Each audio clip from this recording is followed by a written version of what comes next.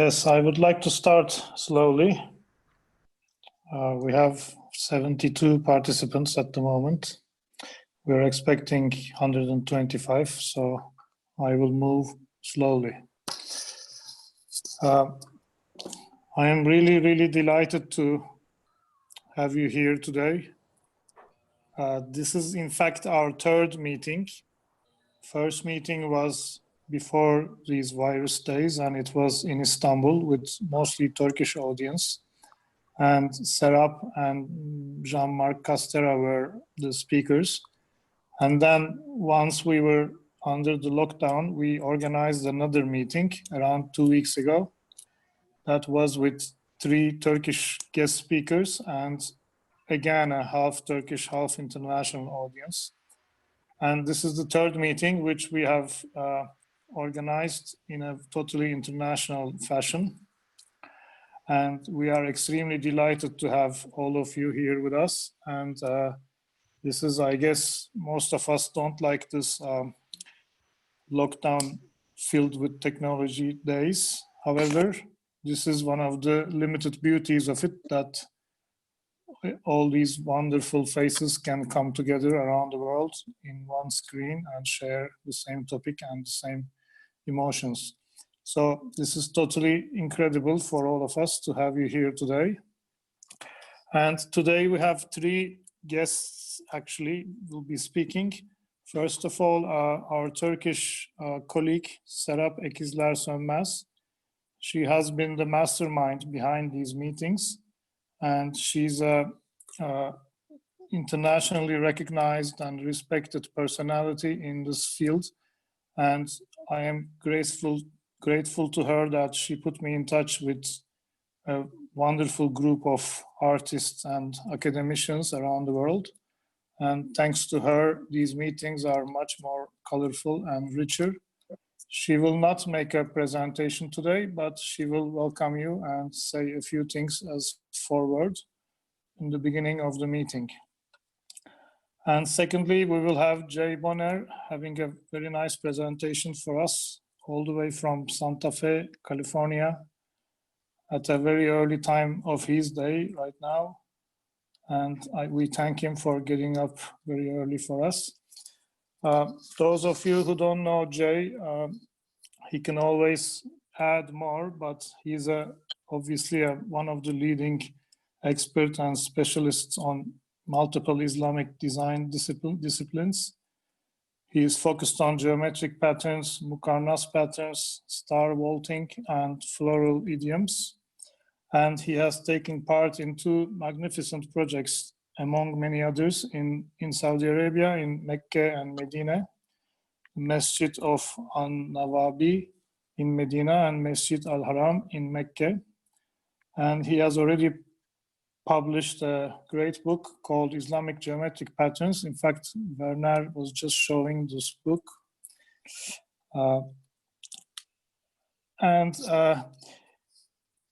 We thank Jay for joining us, and we have been in touch for a long time. We're sharing a lot of passions and a lot of futuristic projects. But there's another incredible story between me, my family, and Jay. I would like to share with you this incredible story. My background photo for today, as you can see some amazing tiles and amazing designs and a very holistic venue. I will tell you a little bit about our company after the introduction, but Jay Bonner and my father, Aziz Gorbon, who is among us, they have designed and produced these beautiful tiles for the Al-Hujwiri Shrine in Lahore, Pakistan, some 30 years ago. So these tiles are made in Turkey, in Istanbul, by Gorbon Ceramics and shipped to Lahore, and they were designed by Jay in those days. But the funny thing is that when Serap introduced me to Jay, and when I emailed him about my intention of organizing these little seminars and some other things, I didn't know that Jay was involved in this project that we have done. So it's a very interesting coincidence and a beautiful story, beautiful gathering. I am literally thrilled by this beautiful occasion. So I guess it's a beautiful story, and I will tell you a little bit more about my family and our company. So I'm grateful to Jay for joining us today, and also having had such an incredible heritage in our lives and in his own life, or also in the whole artistic life of the world. Thank you, Jay, for this. And our second guest from Akio is from Japan. Thank you, Akio. Welcome. And it's also interesting timing for him the other way around. Akio is a bit late in the evening. He's joining us from Shizuoka. Akio was born in Nagano and he lives in Shizuoka right now, and he has studied in Kyoto. He's a geometric artist. We like to call him a geometric artist, and he has been searching for form all his life. He has been very interested in the Fibonacci and Penrose studies and the golden ratio as well. And his favorite material is bamboo. He loves working with bamboo, being in Japan. And he will try to show us some amazing mathematical formulas and amazing geometrical patterns today in the second half of the presentation. Before I switch the microphone to set up, I will tell you a little bit about myself, and I will show you also a very funny picture that I think you would like. I'm here representing Gorbon Tiles, Gorbon Ceramics, and I am not an architect. I am at the moment running the business. I have studied psychology and I have been in social sciences, but not in the architectural design. But right now, we are trying to establish our company in a very artistic position, and we are trying to reach all the artists and architects and designers in the world, and we are trying to invest in this topic, the geometrical patterns topic, not from a commercial point of view, but because it's such a spiritually significant and humanistically important topic. And we believe that there are many, many stories to be discovered, and there are many, many beauties to be shared when it comes to geometrical patterns and Islamic geometry and many more. So I can assure you that our company, Gorbon Tiles, will be very, very active in this field, and hopefully we will show the world all together what you have been doing already for a long time. What a beautiful topic this is, and what a comforting content there is to be shared. So the reason why we're doing these conferences is basically, as I said, to share this incredible knowledge and incredible background that all of you have developed already.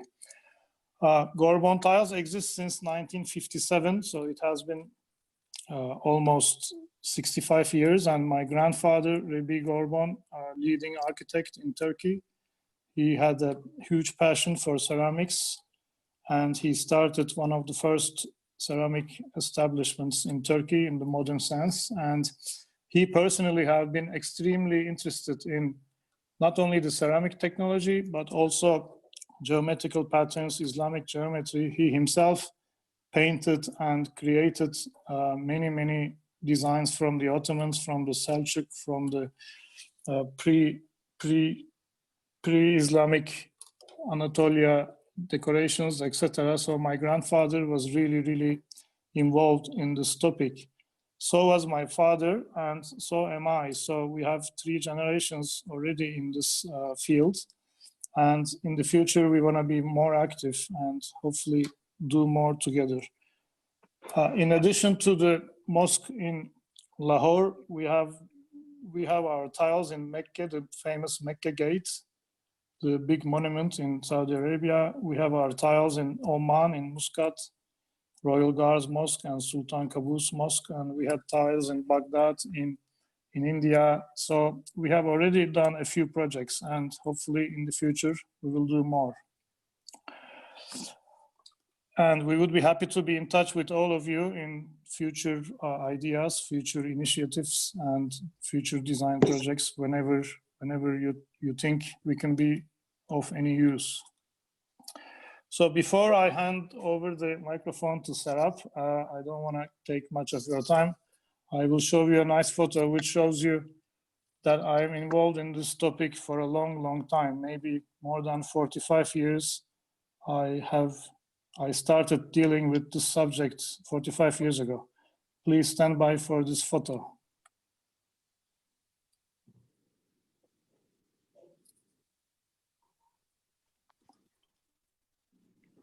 Here we go. This is me in 1976. This is an advertising image for our company. And my father and my grandfather, they used to build floor tiles, and they were stain proof. So even a little boy drops some milk on the tiles, they would come up beautifully, and I was the actor. So my life in geometrical tiles started on these tiles, and now I am still pursuing this interest. So thank you for listening to me, and now it's Serap's turn for the welcome words. Hello everyone. I am very happy that we meet again. A big welcome to our dear speakers, Akio Hizume and Jay Bonner. Thank you for sparing us your time today. I would like to say a few words about these great artists. Akio is one of the best geometry artists of today.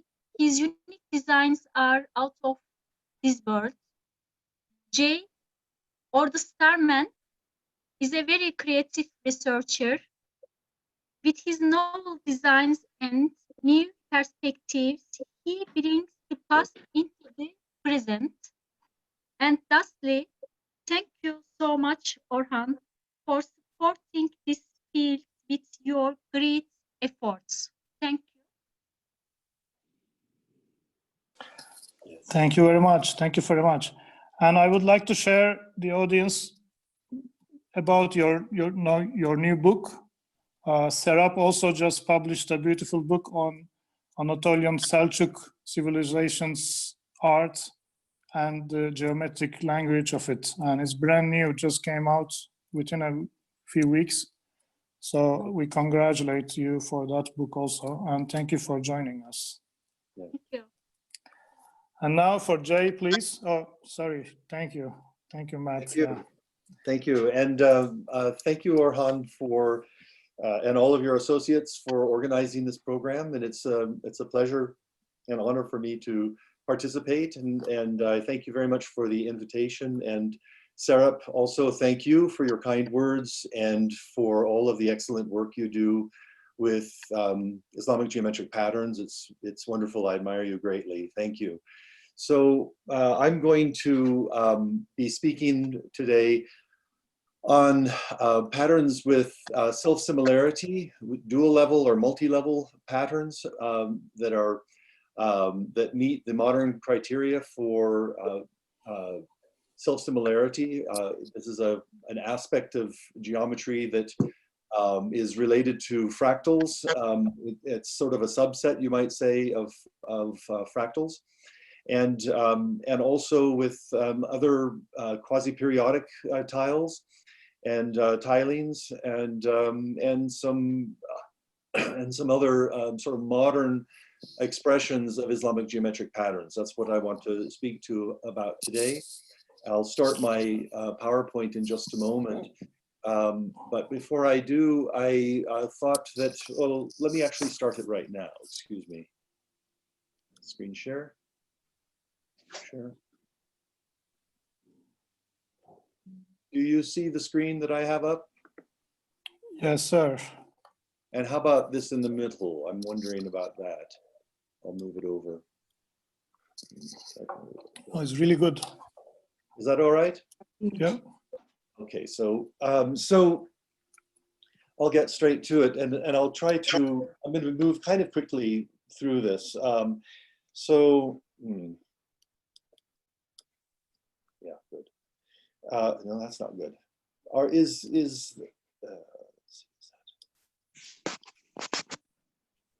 didn't anticipate this. Okay, good.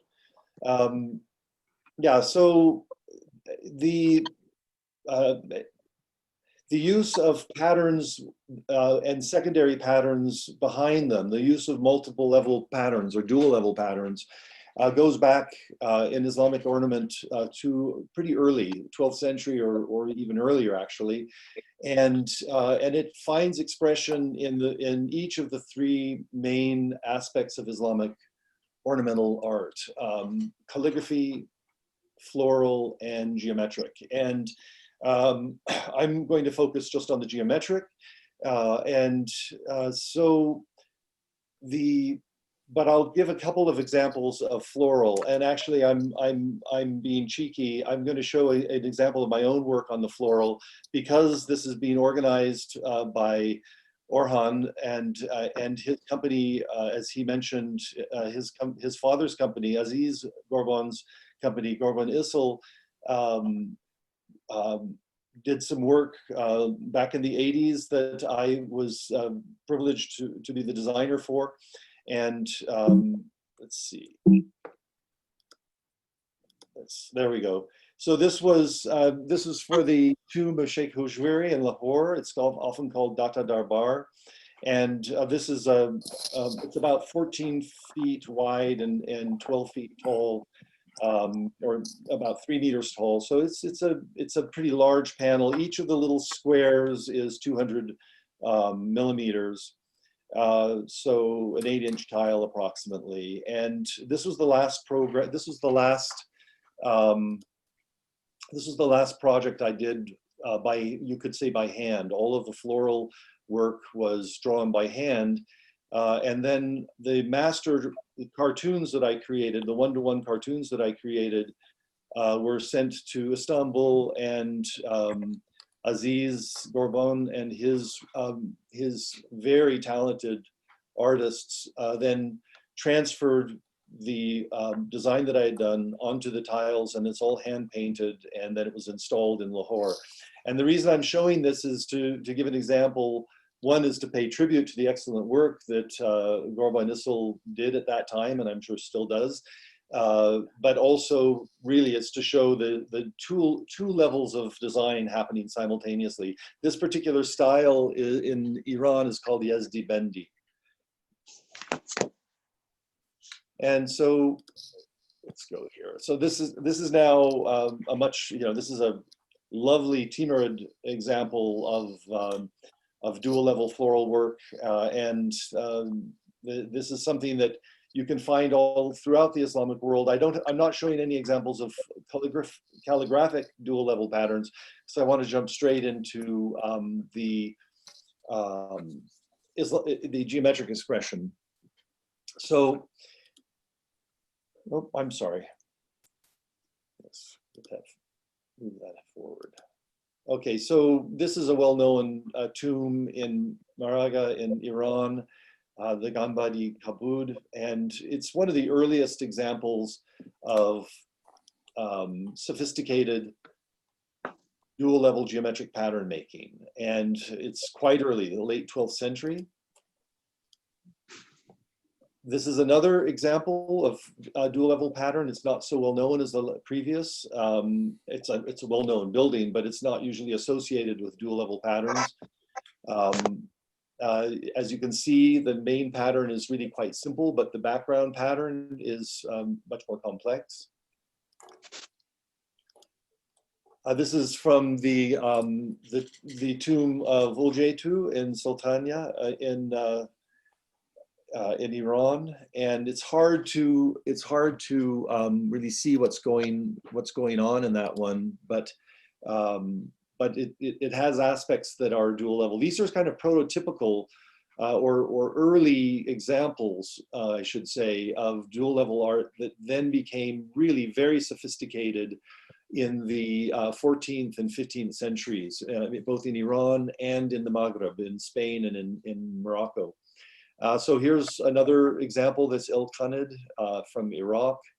And you can see this is actually calligraphic. It's Kufi calligraphy, but it's on a 60-degree grid, triangular grid, rather than on a square grid. So it's quite unusual. It's Shatranji Kufi. It's because it's triangular, but the background areas, if you zoom into it, are geometric.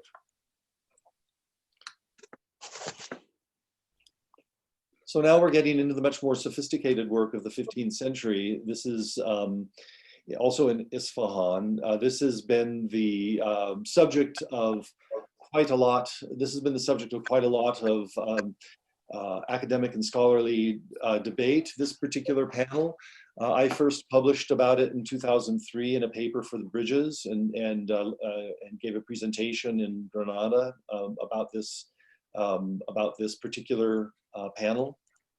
It's quite beautiful. Five-fold symmetry. You can see that there's a primary design, the turquoise lines, the fine turquoise lines, and a secondary design, which is the overall covering. Here's another much later Safavid example of dual level pattern. And here again, the fine lines with the overall pattern covering.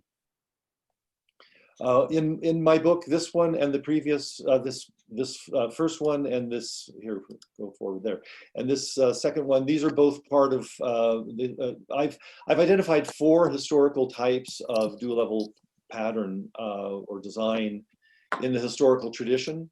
And so this is the first of those 4, or type A, I call it.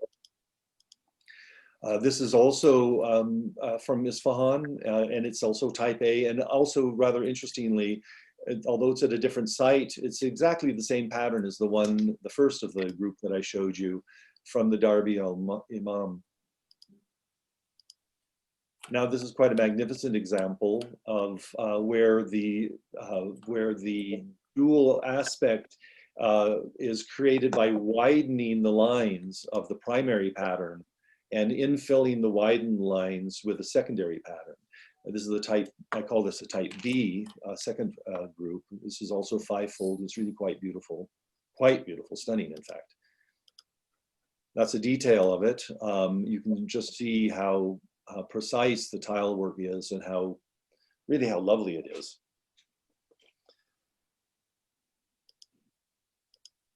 Here's another one that is the type A, that's an all-over distribution of secondary design over the primary and thin little lines.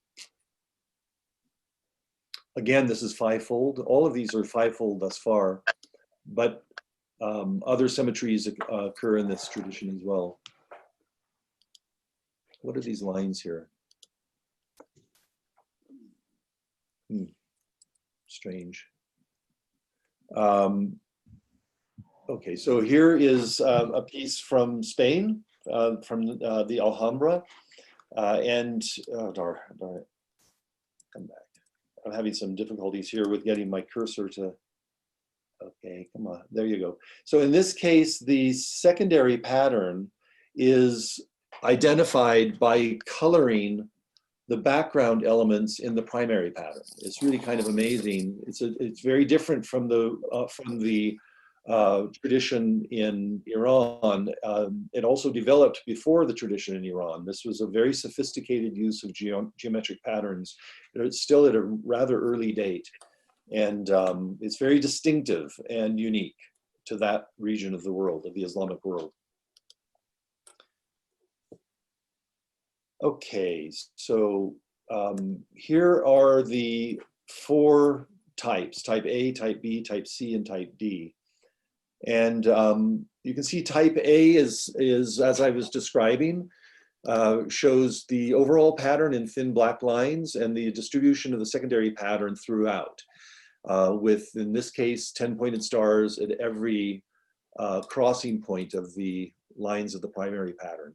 The type B on the upper right is that same pattern where the primary pattern lines have been widened, and then inside the widened line is an infill of secondary pattern.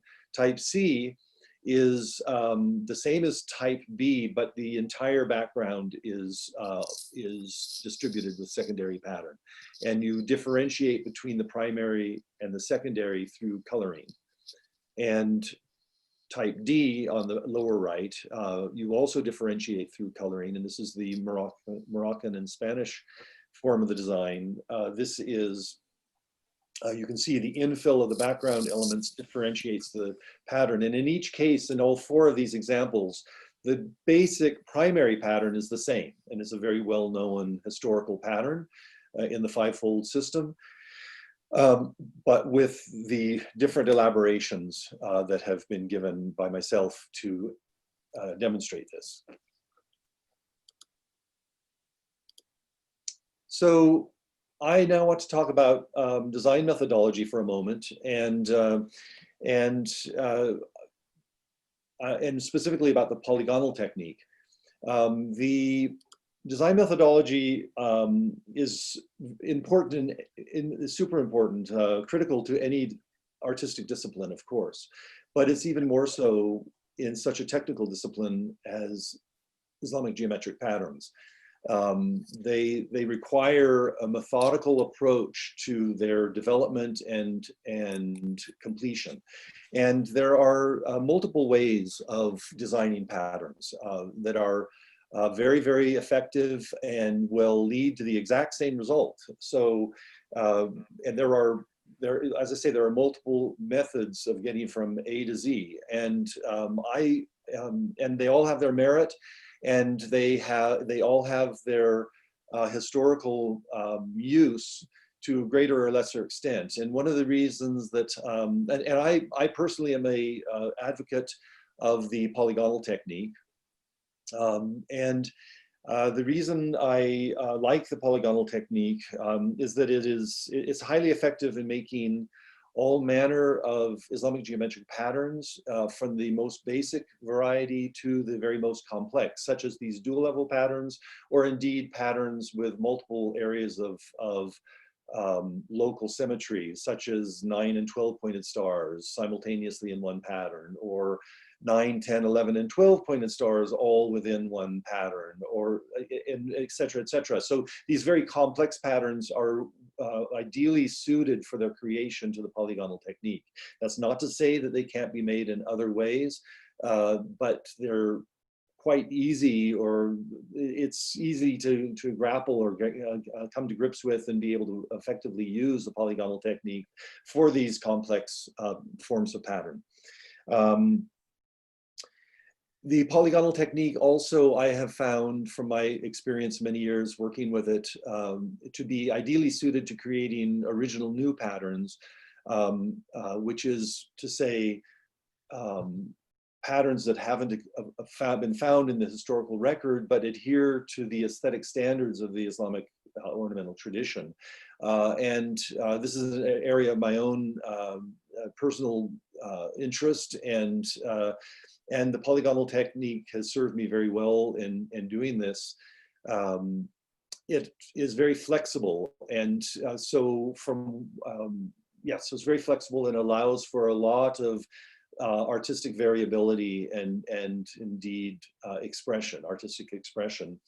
And then lastly, I also like the polygonal technique because it is because it has an abundance of historical evidence for its use. There are multiple sources of evidence for its use. I'm going to show a couple here. I'm not going to read through this in the interest of time, so here are 3 architectural panels. So this is some architectural evidence for its use. You can see the one on the left is from Egypt from the 14th century.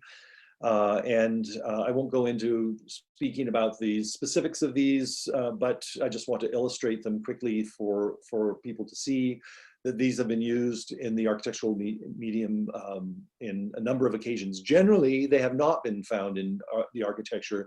It's my theory or my thought that artists generally did not want to expose the methodology that they were using because they didn't want other people to necessarily learn without the control of a teacher-student relationship.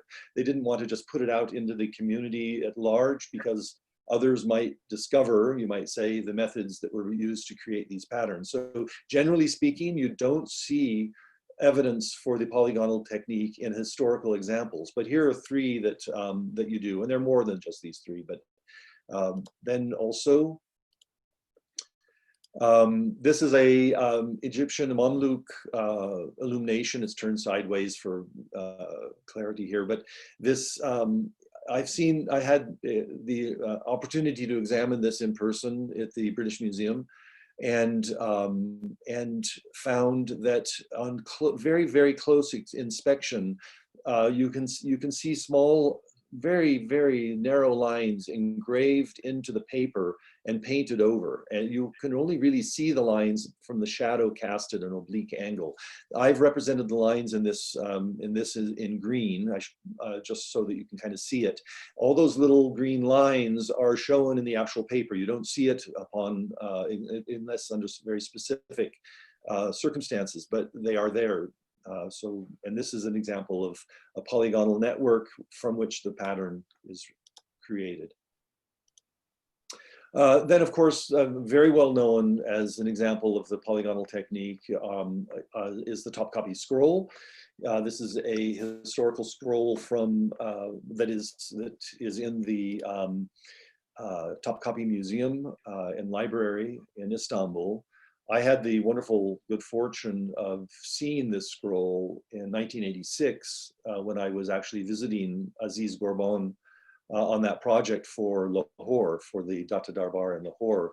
And I went to the museum of the Topkapi, and there was an exhibit in that museum at that time, a temporary exhibit. It just so happened that they had the Topkapi scroll rolled out, and it's not in its entirety, but close to its entirety under glass, a big long glass display. And I had already been working with the polygonal technique when I happened upon this exhibit, and I was completely bowled over by seeing the technique that I had been using for years as a historical example for generating patterns on this scroll. Prior to that, I did not know that the methods that I had been developing on my own for many years, for about almost 10 years at that point, had been used historically. It was an eye-opening occasion.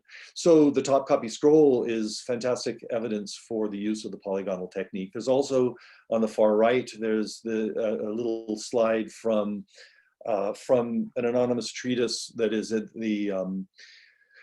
the National Library in Paris, the Bibliothèque Nationale, and it primarily shows a different technique of making patterns that has been named. I think Keith Critchlow is the first to identify this other technique as the point joining technique many years ago. And the anonymous treatise shows multiple examples of making mostly rather simple patterns with this other technique, but there's one slide within it, or one page within it, that shows the method for creating a particularly interesting sevenfold pattern, one of the earliest sevenfold patterns, in fact. And it shows the underlying subgrid, the tessellation from which the pattern is made. And actually in the Farsi text right there underneath the drawing describes how to make the tessellation, underlying tessellation, and not how to make the pattern itself, which is rather interesting. And there's also, it's important to mention the work of Ernest Hanbury Hankin, who beginning in the last century, actually, as early as the late 19th century, he began exploring patterns in India in Mughal patterns, and in the early part of the last century published this work that you see, the drawing of geometric patterns in Saracenic art. And you can see the diagram from this publication showing the underlying tessellation of decagons, barrel hexagons where the two dart shapes come together, and pentagons with the 5-pointed stars inside of them. He did a lot of work in this field, and I was first alerted to his publications back in 1979. A friend of mine, a scholar of Islam, asked me if I had seen his work, and I had not. At the time, it wasn't well known. It had never been published in more recent publications. And I sought it out at the library and was fortunate to find it, and they allowed me to have it photocopied. This was E.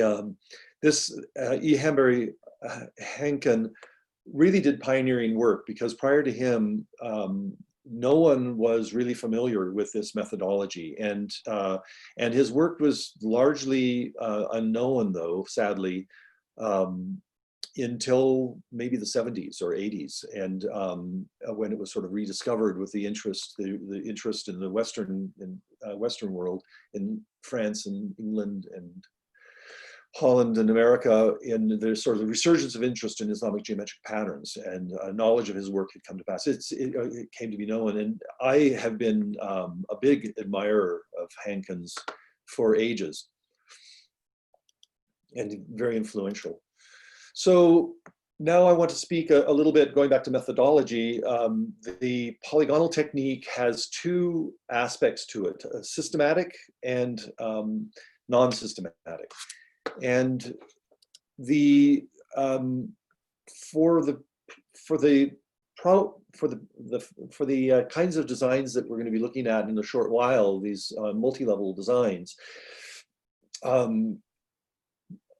I use a systematic approach to their creation. And when I say systematic, what I mean is that the pattern is created from a series of modular components, each of which, polygonal components, each of which has associated pattern lines in several different families. And those components can be arranged and rearranged in innumerable, and in fact, infinite numbers of ways, each of which will create patterns in these different pattern families. So you can sort of see that between the great multiplicity of tessellations that are available, and with a limited number of varieties of pattern application, an unbelievable number of patterns can be created. And it's no wonder that only a tiny fraction of what's possible has actually found within the historical record.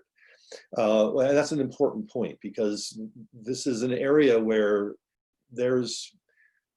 you have so much potential for creating new, beautiful patterns. So the systematic approach I'm going to focus on rather than the non-systematic. That's the subject for another lecture or another talk on another day.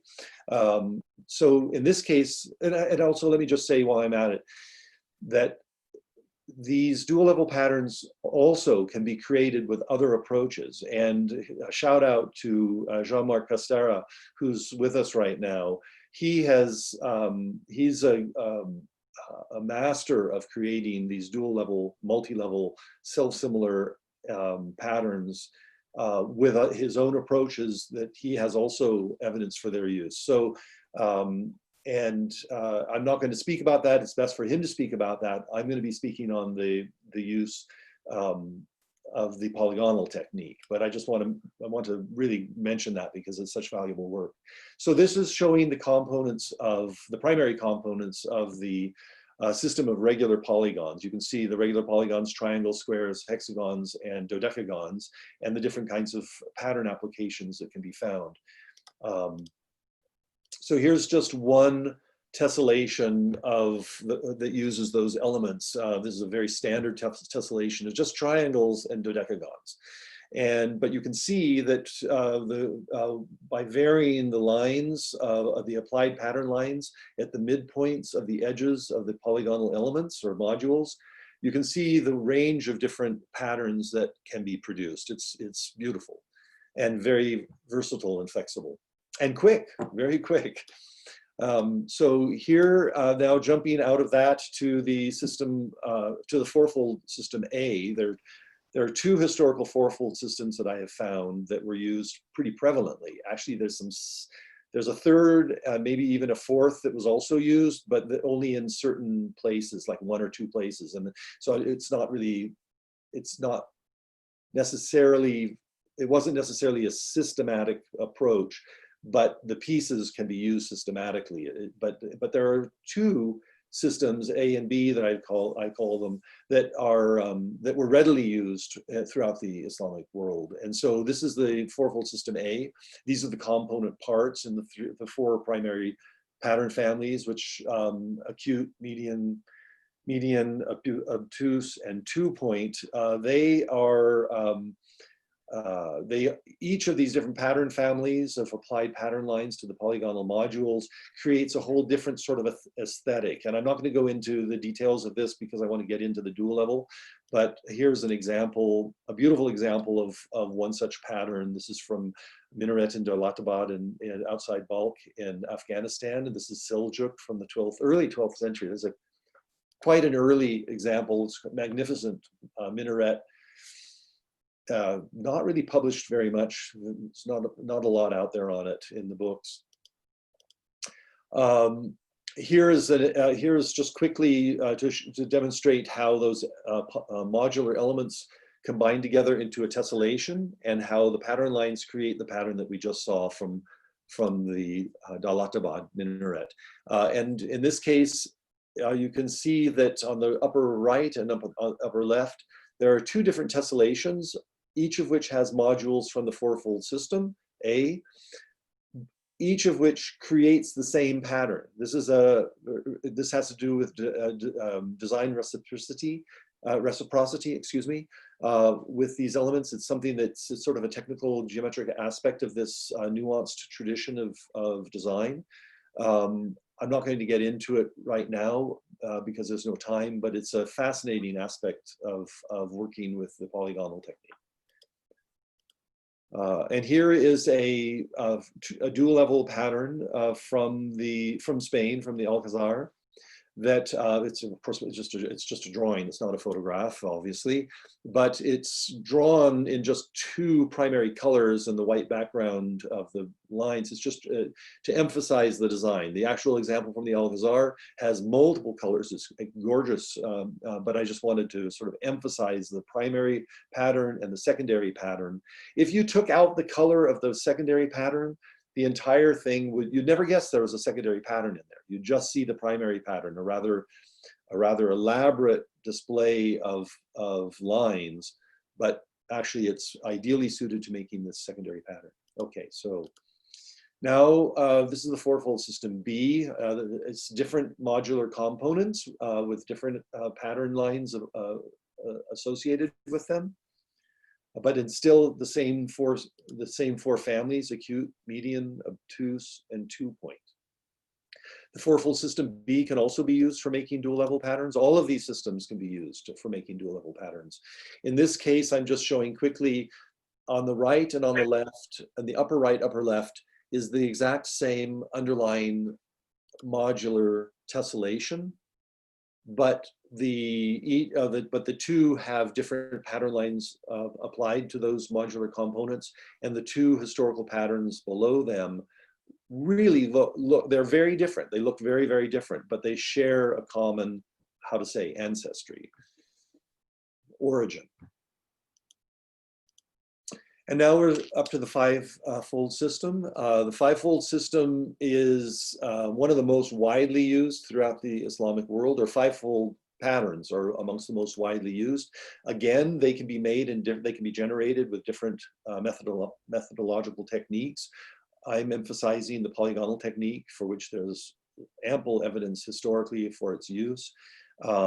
It's one of the most versatile systems. It's absolutely beautiful. You can see there are a lot more pieces to this system. This does not exhaust the pieces. This is a sampling. These are the primary pieces, you might say. Some of them are less successful than others. For example, In the top row, the fourth one from the left is a long hexagon. The shapes within it, the pattern lines within it, no, that's not very nice. It doesn't appear historically, except I think in one example of a screen that is not a very nice example. And so this is maybe I should have put a little shading around it or something, but generally speaking, these pieces are known or well known to this particular historical use of this particular system. Okay, and here's, so here are 4 patterns that are made from the same underlying tessellation. The one in the upper left is the acute pattern, and this is an early example, from a Ghurid example from Afghanistan. The one on the upper right is a later example that's part of the obtuse family. It's also got 5-pointed stars, but they have 72-degree angles rather than the 36-degree angles of the acute pattern on the upper left. The one on the bottom left is you know what, I've mislabeled these. The one on the upper right is the median pattern, and the one on the lower left is the obtuse pattern. Forgive me, I didn't notice that when I put this together. I've mislabeled. So the one on the lower left is the obtuse pattern, despite what it says. And the one on the lower right is the 2-point pattern. And each of these 4 examples is made, once again, from the same underlying tessellation. And here you can see that very clearly. So the acute, the median, which is properly labeled, the obtuse in the lower left, and the 2-point on the lower right. You can see how the pattern lines in dark blue relate to the underlying tessellation, which in each of the 4 instances is the same. And now I'll finish on the systematic pattern making with the 7-fold system. 7-fold system has, just like the 5-fold system had more components or modules in its use than the 5-fold. I mean, just like the 5-fold had more components than the 4-fold examples, the 7-fold has significantly more than the 5-fold. And you can actually make 9-fold systematic patterns. My friend Mark Pelletier and I were working with 9-fold patterns, even though they don't exist historically. There's so much to discover and play with. But anyway, these 7-fold patterns, this group of pieces or components are arrived at as interstice elements from fitting together other pieces. This group, these are arrived at through truncating either the heptagon, 7-sided heptagon, or the 14-gon on the right-hand side. So you have the ability to create elements through truncation. These ones are made by intersection, where you overlap pieces, and where they overlap. This on the right, the overlap is with the 14-gon. That's another way of, and then this is where you join them together or through union.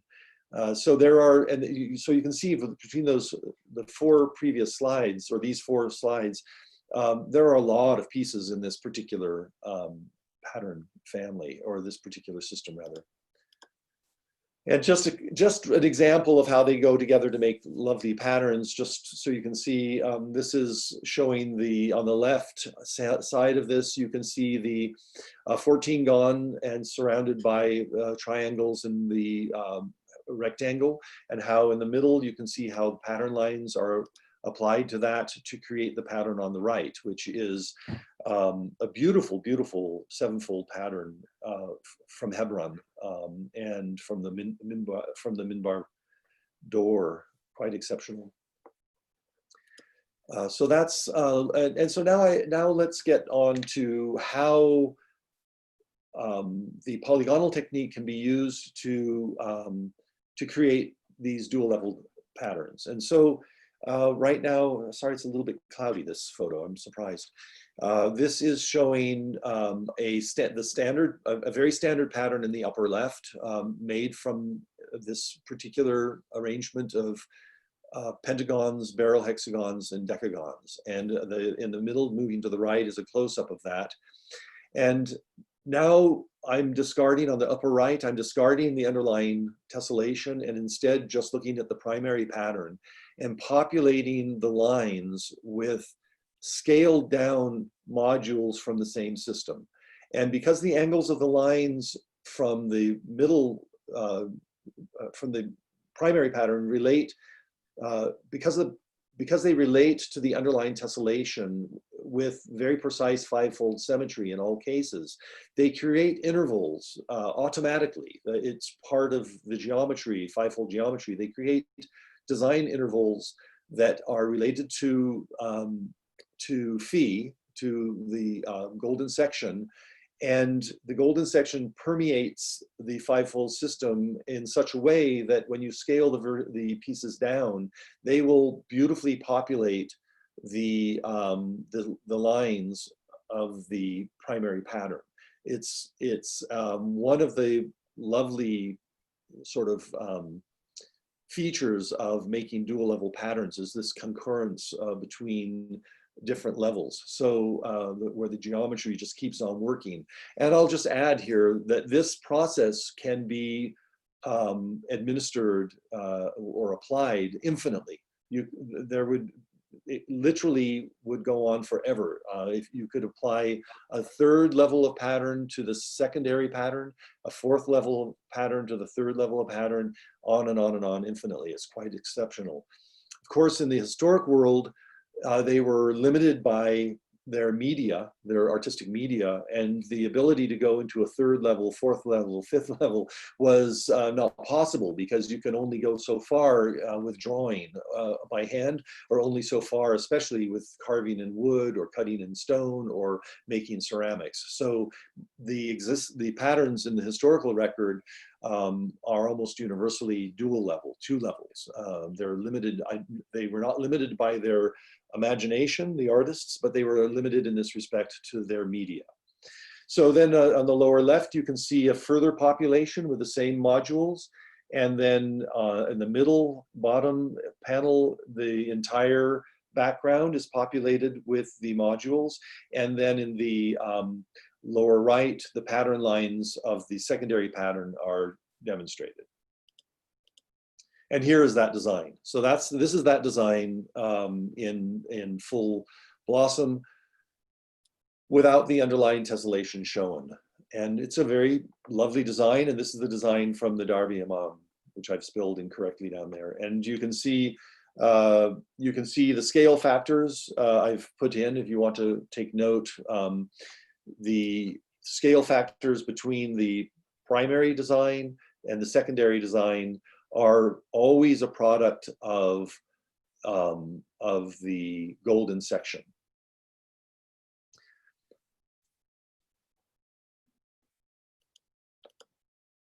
So now this is the same demonstration, except working with the sevenfold system.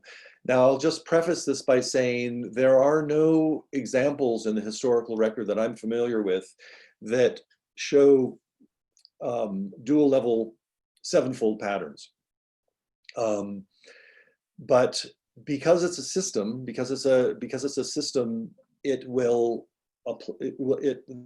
use of creating multi-level patterns with sevenfold symmetry is highly applicable. It works beautifully. And so I want to just demonstrate how the same method of applying a secondary series of modules to the primary pattern works in the sevenfold system. It says historical at the top, method one, historical. It's because the method is historical that I'm demonstrating, not because the design is historical. Let me differentiate that. And actually, let me just jump across to another screen here. In this case, these are two panels. This is the panel on the left is from the top copy scroll. You can see the primary design in red very faintly and the secondary design in black. And the panel on the right is the very same design, but photographed with a special camera that will detect and identify the scribed lines in the top copy scroll that were scribed with an engraver or a graver tool, that there's no ink and no paint, but they're just little indentations, and they're clear enough for the artist to be able to use to then draw the pattern on top. So the image on the right, it's a muddle, you might say, of lines, but and I won't well, maybe I can zoom into it a little bit.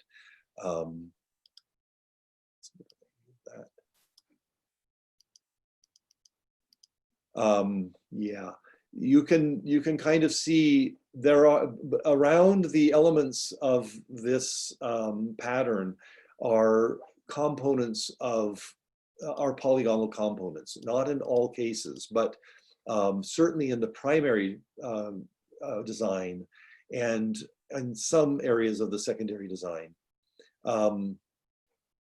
So this shows, essentially it shows the same application of pattern to secondary pattern to primary pattern. And so in this case, you can see how, once again, the crossing points of the primary pattern, the intersections of the pattern, are utilized for scaled down elements from the same system that come together very elegantly, because again, the proportional relationships, in this case, it's not the golden section, but the proportional relationships all work together. So now here's the next application of further elements. You can see the areas where they touch, edge to edge, and the areas where they overlap, vertex to vertex, and the areas where there's distance between the 14 gons. Now, this is a bit, I'm sorry, that's a little bit fuzzy, but now further elements that fill in the background areas are being put in, and then still more fill-in area, and then here's the finished design. So the same process as the fivefold one is being applied, and it works very successfully. It's also, though, possible, and this is not a historical technique, I don't know of any examples of dual level patterns where the vertices of the underlying polygonal grid were used to apply the secondary modular elements. But playing around with it, it actually works pretty nicely as well. So here you can see this is the further population of the secondary elements, and final finished population of the secondary elements, and the finished design. That is actually a pretty nice way of working, although it's ahistorical, as far as I know. And then thirdly, and there are some examples of this, and that's where the vertices or the intersections of the primary pattern and the intersections of the, or vertices rather, of the polygonal subgrid are both used as starting points for population. And there are some examples of that. And it's so nice to see how the proportions are working in all three of these methods. And so here's a further population, and further still, and finished, and then the end result. So now, sort of comparing the fivefold and the sevenfold, these proportional systems on the upper three of showing the pentagons, you can see the phi relationship of the 1.6180, etc., and how they relate to the pentagon, how that proportion relates. It's very, very elegant. So 1 to phi in each case, 1 to phi, 1 to phi, 1 to phi. And the lower course of heptagons shows the rho and delta relationships to the edge length, which I'm calling 1. And these also show these proportions are inherent, how these rho and delta proportions are inherent to the symmetry. This is nothing new.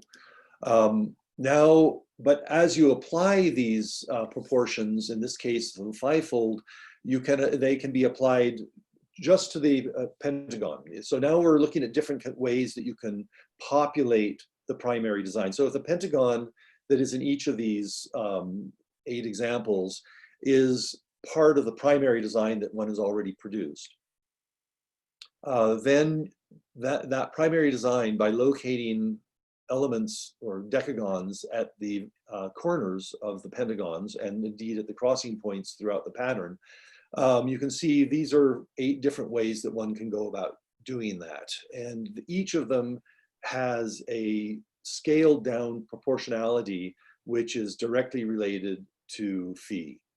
So let's look at the first one. The size of the edge of the decagon related to the size of the edge of the pentagon is 2 plus phi times 2. So that's the kind of, it always follows a proportion. Here's with the 7 back to the 7, jumping back to the 7 with the rho and delta and as they relate to 1.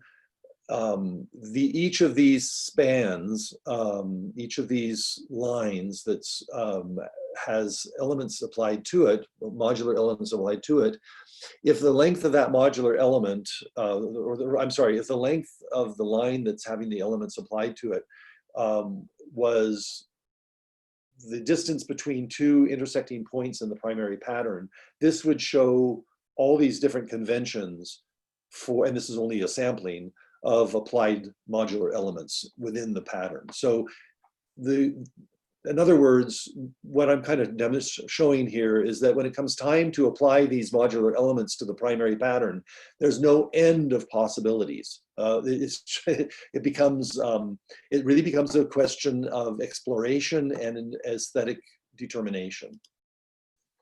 So now here's I want to talk now a little bit about quasi-crystal structures and recursive design, in this case in the 7-fold system. So here's a 14-gon on the left, and inside that 14-gon, so that's level 1. That the 14-gon, the bounding 14-gon is level 1.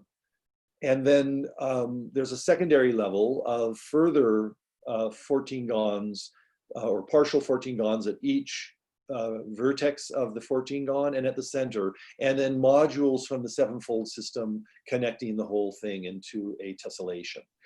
Now if I take the highlighted lower right-hand side of that, that's in the lighter color, and blow it up to what you see on the right-hand side of the screen, what I have done is I've taken the whole element, the 14-gon on the left-hand side and all of the modular elements within it, and scaled them down. Scale them way down so that they now fit into the 1/4 14-gon in the upper left corner on the right.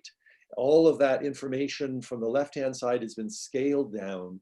And then by taking the 14-gons and populating them at all of the vertices of the grid, I've put in further elements that just fall into place, beautifully fall into place from the 7-fold system.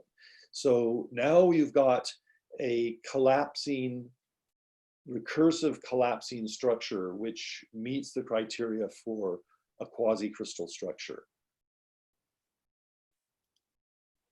And here is a pattern. When I apply pattern lines to that same structure, as the previous slide showed, this shows 3 levels of pattern.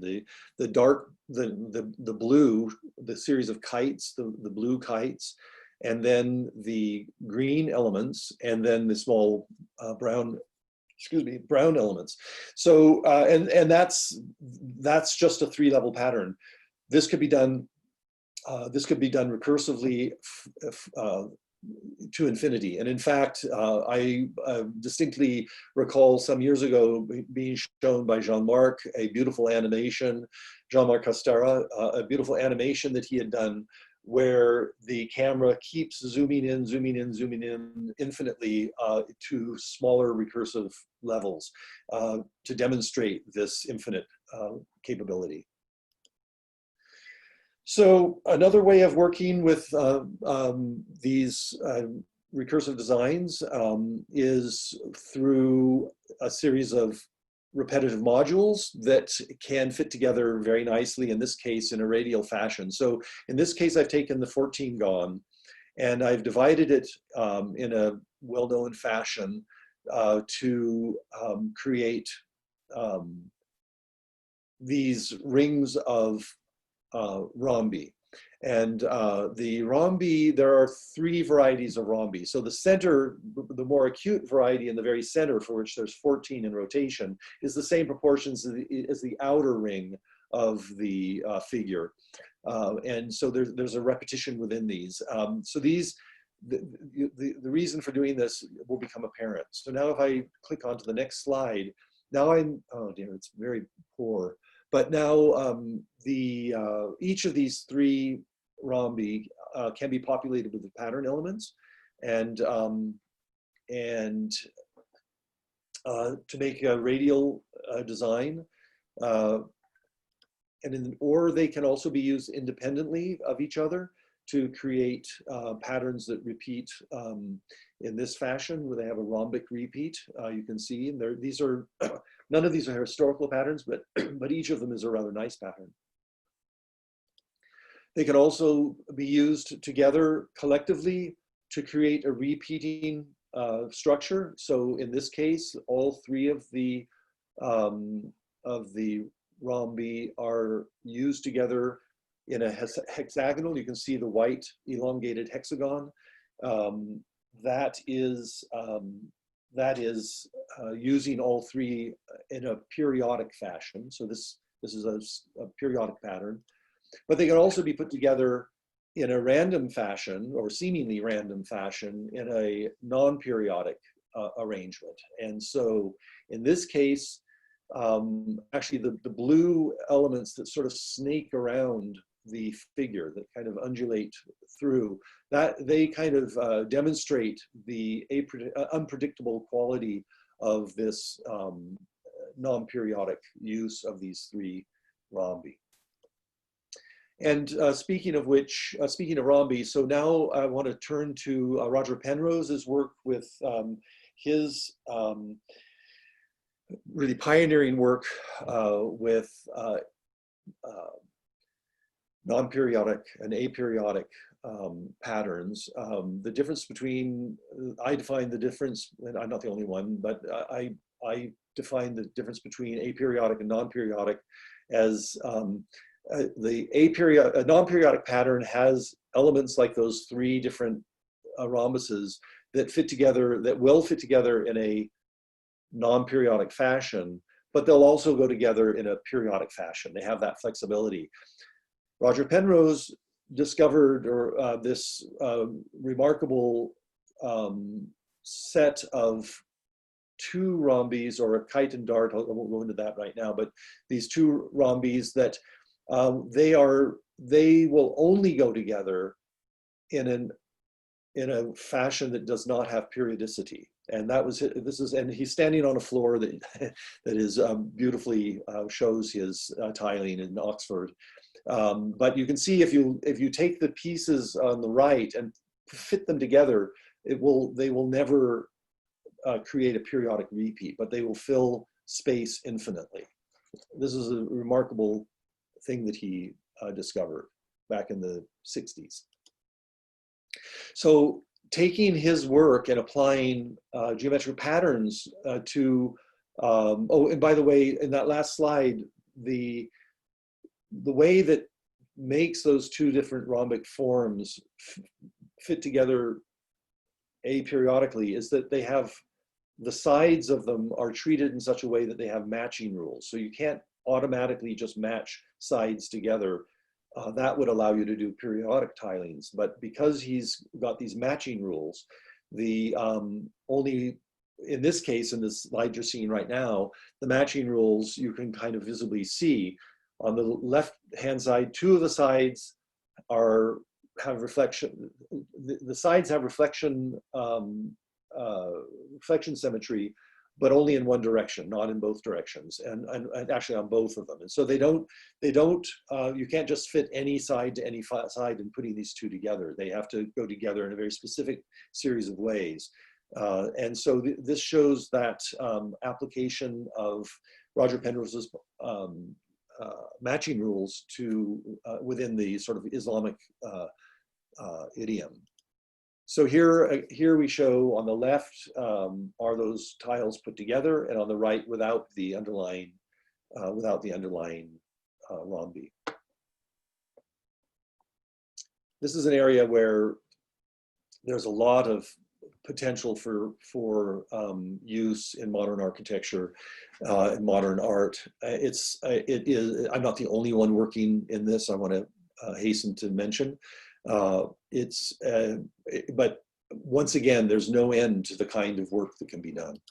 So, and this is one example of pattern of mine that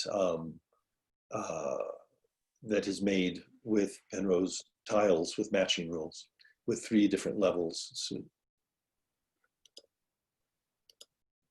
this is another. You'll notice it's not square. It's rather odd. The reason it's not square is that this was a design I did for a patio for a house here in Santa Fe. I don't have a good photograph of it. I should go get one. But the pattern, once again, the application of the lines to the 2 varieties of rhombus adhere to Roger Penrose's matching rules. And here's a design of my own that does the same. Another design of my own that has these matching rules.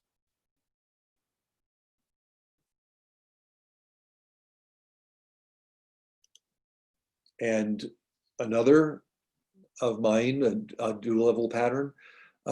This actually doesn't have the matching rules. This uses both of the 2 5-fold rhombi, but in this case, the edges are all the same and come together in any number of ways. So this does not have Penrose's matching rules. And actually now I'm going to look at just quickly at another interesting expression or modern expression of this ancient tradition, and that is patterns that change in their scale as they move. From point to point. And there are a few Ottoman, they're only Ottoman, the only examples I know historically come from the Ottoman time, that have this tendency. Perhaps I should have shown some examples. I have examples in my book. But these variable scale patterns are really quite interesting, and they can be taken to kind of another level.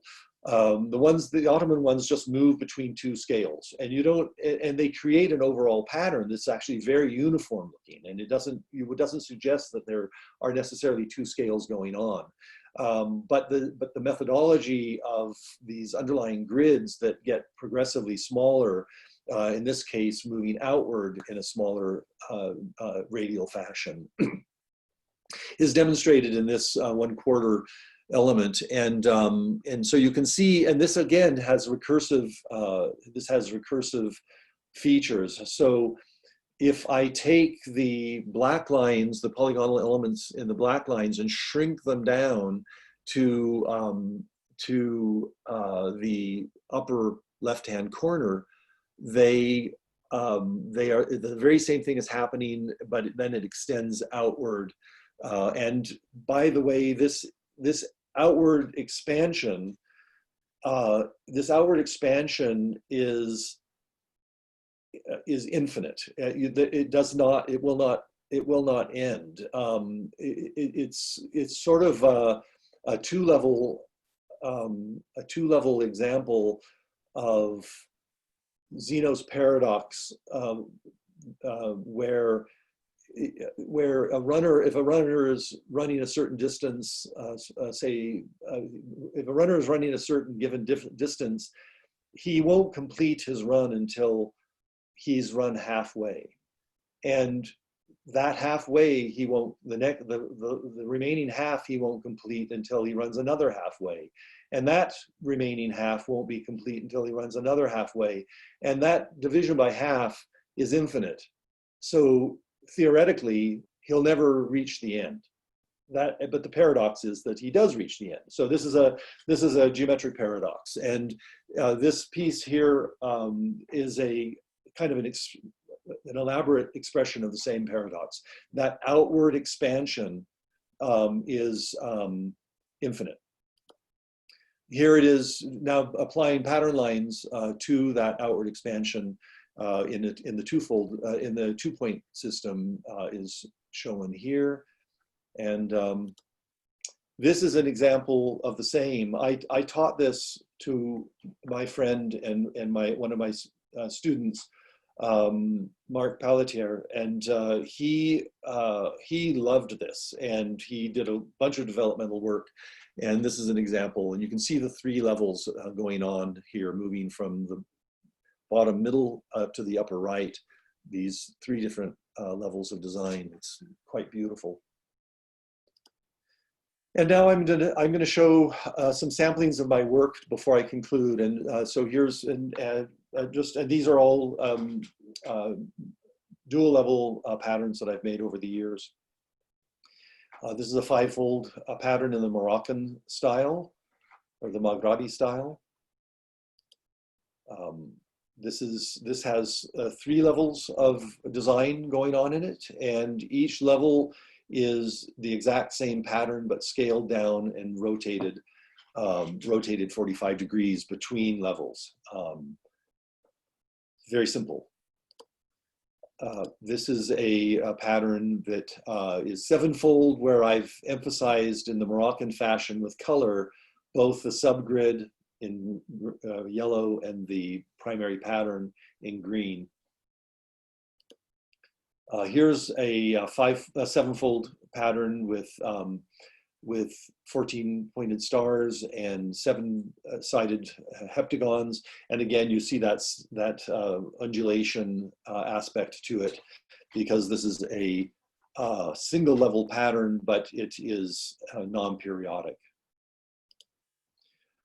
Here's a periodic self-similar pattern that has color application differentiating the primary design in green.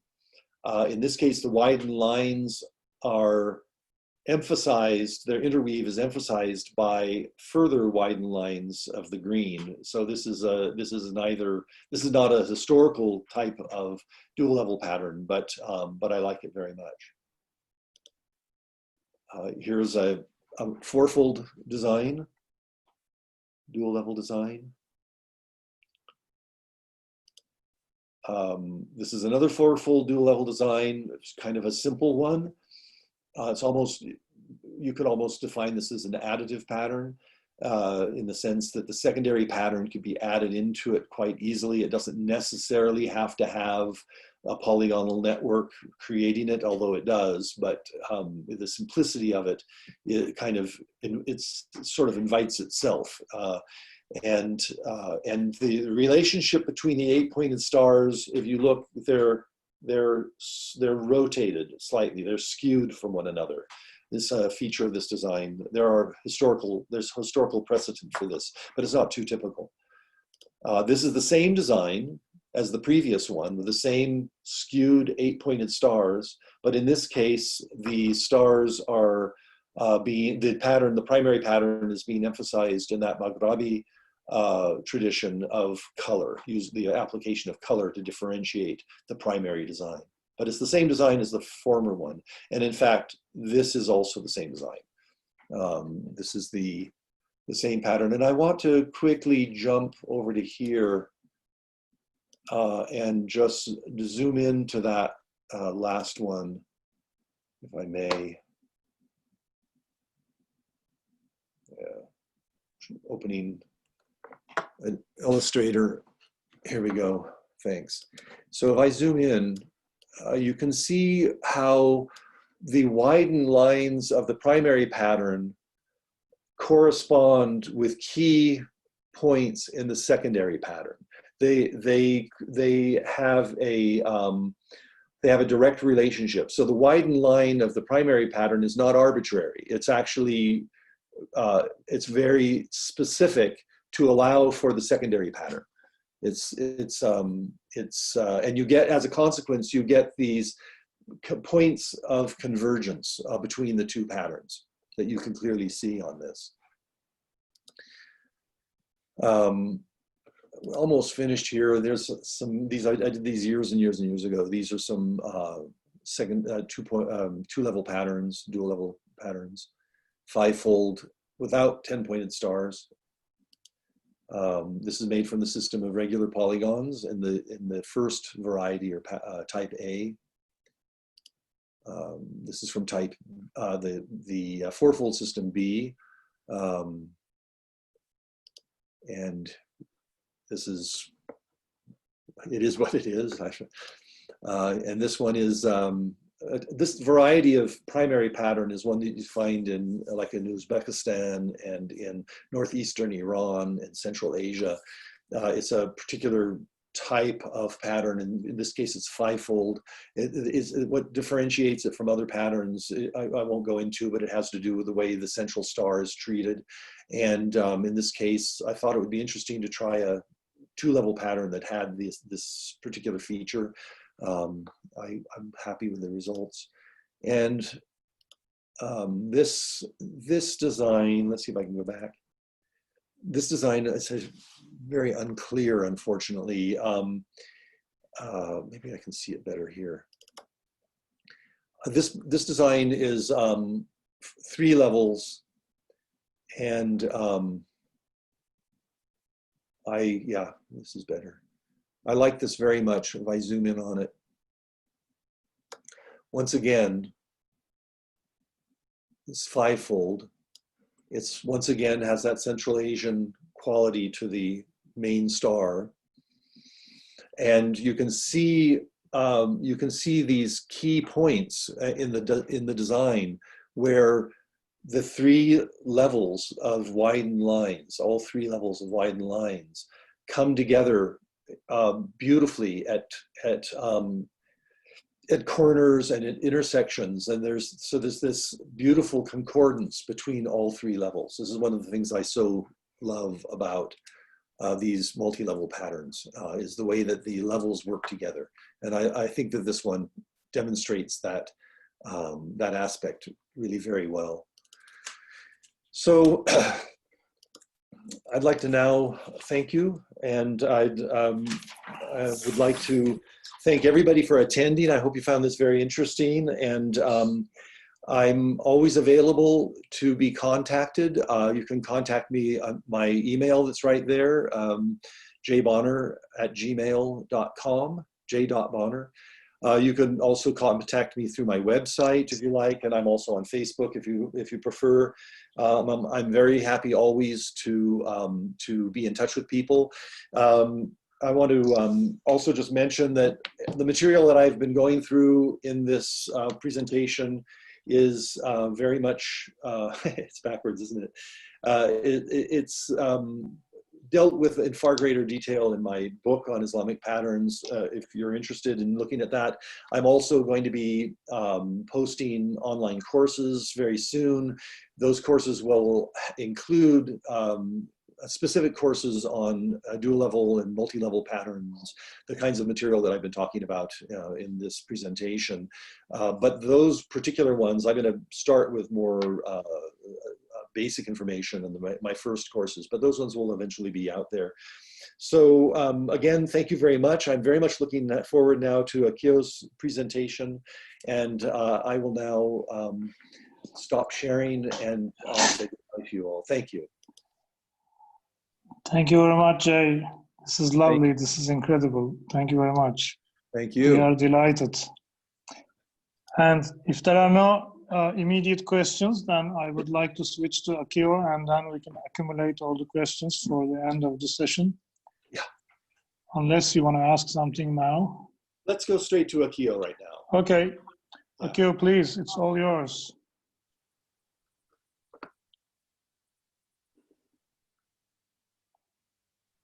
Hello. Can you hear me? Yes. Okay. Let's start. So, share the.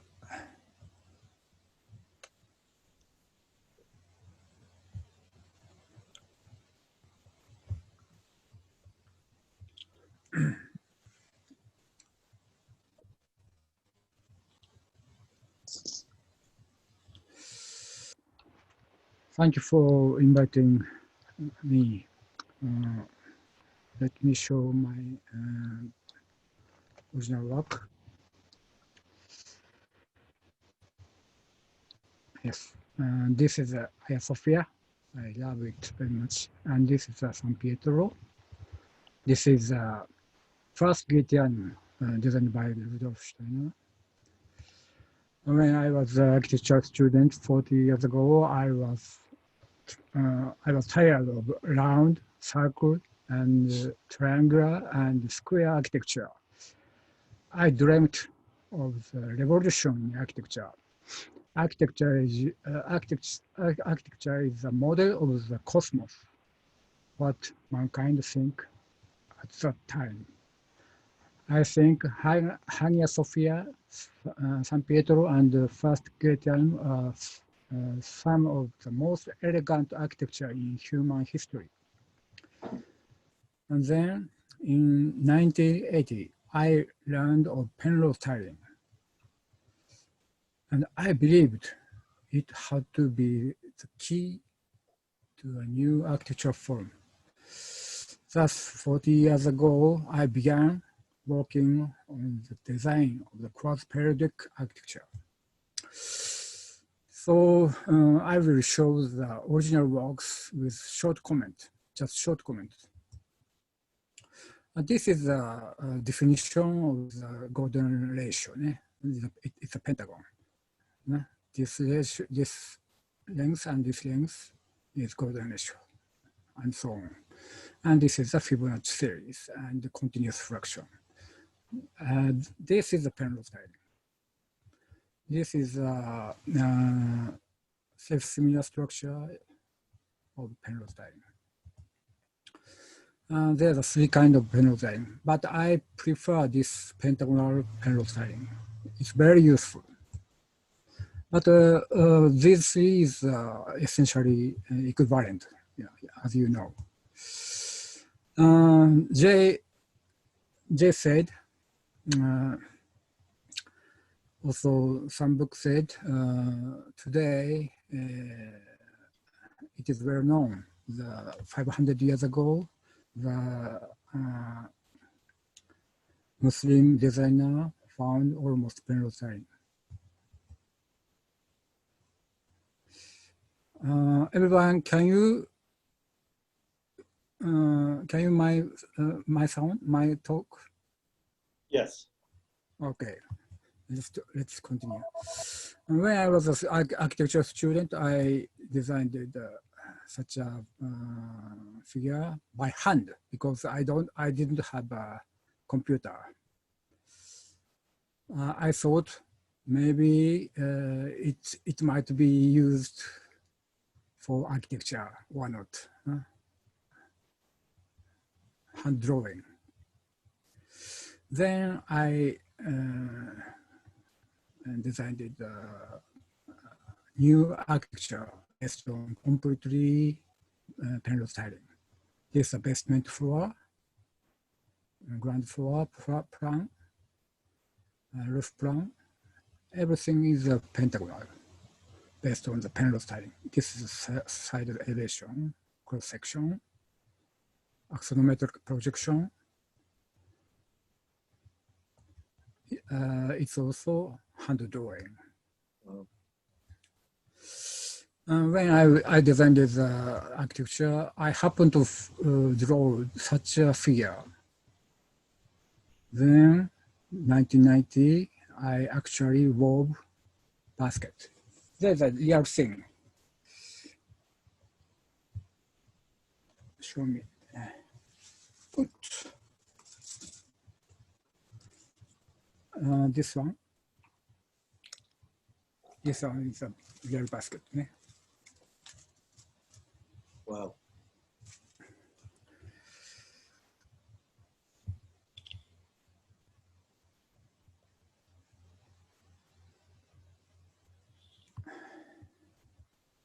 This is my first invention. 2 years later,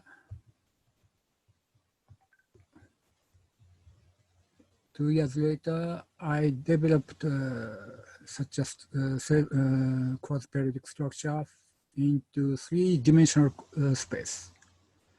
I found such a very interesting puzzle designed by Stuart T. Coffin. So I inspired.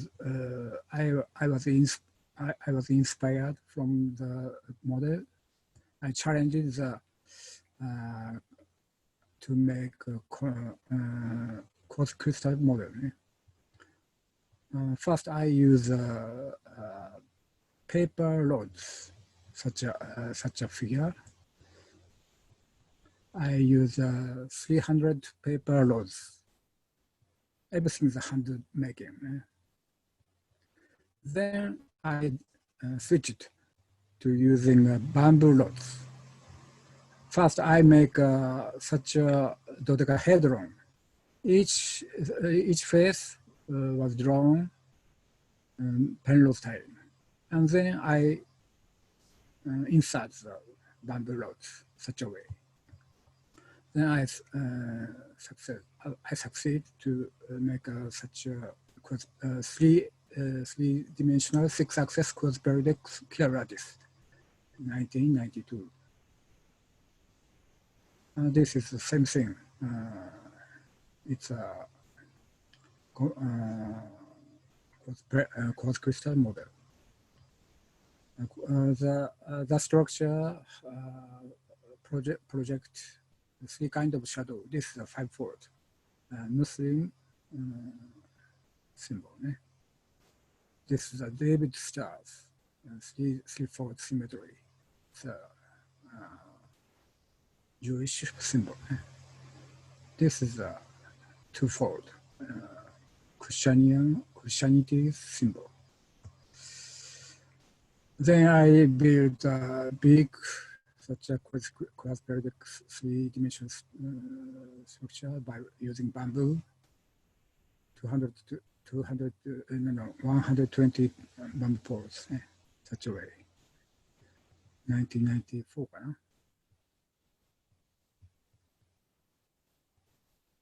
complete 120 bamboo poles. I built a big one in Innsbruck, Austria, 1995. 300 bamboo poles. This is a Zurich, 640 bamboo poles, 2003 detail. And this is just 601 poles in Atlanta. It stands itself. I also made same thing in Sao Paulo in 2017. This is a 600 model, small model. Sometimes I held such a workshop, let's make a star cage.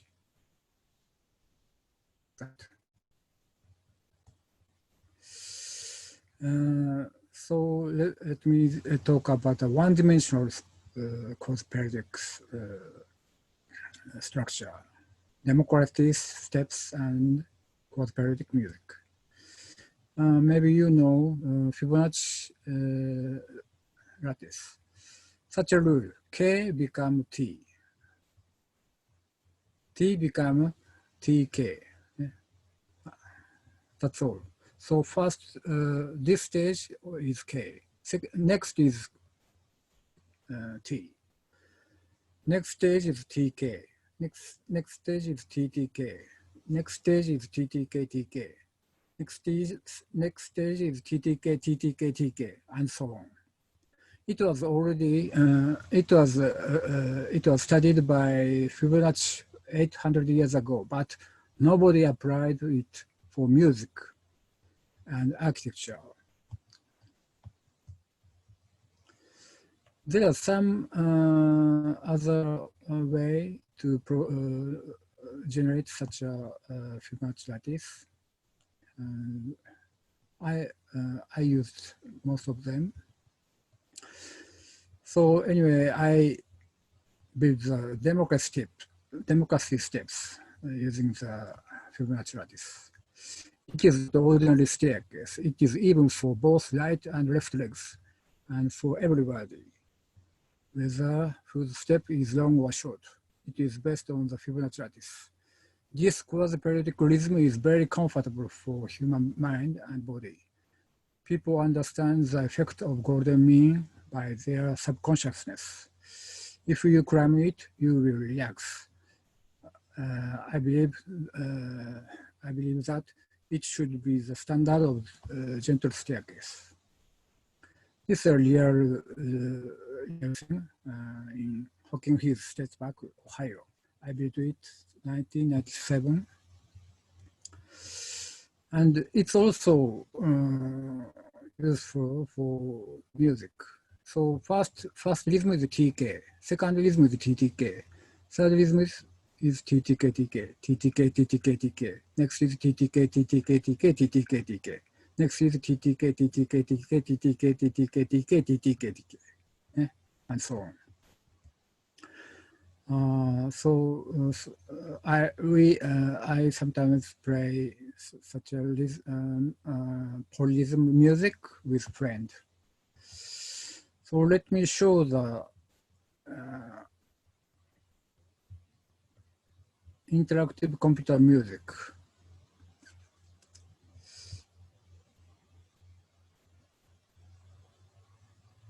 Yes, this one. Okay.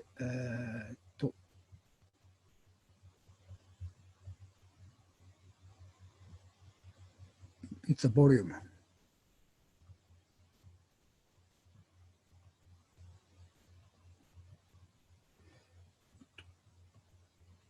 Sorry,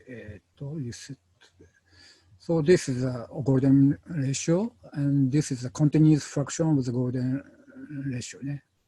So let's play.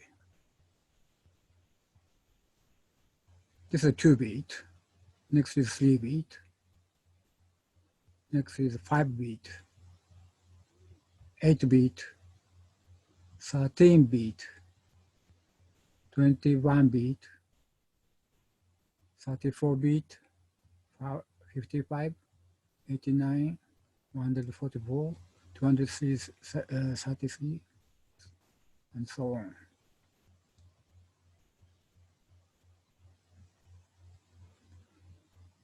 This is a Fibonacci, I named it. It is not only golden ratio. Let me input, for example,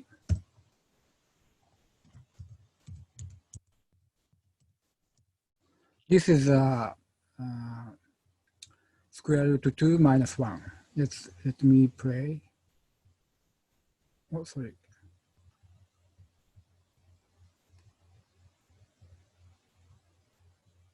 Yes, different.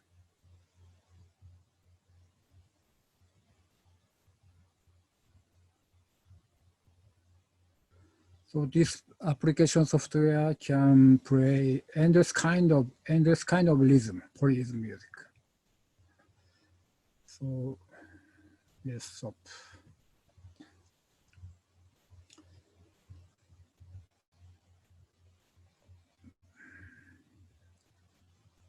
Go back to the PowerPoint.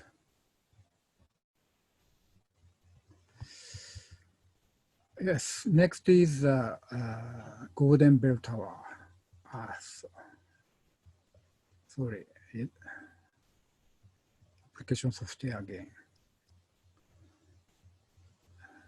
This application software is completely golden ratio music.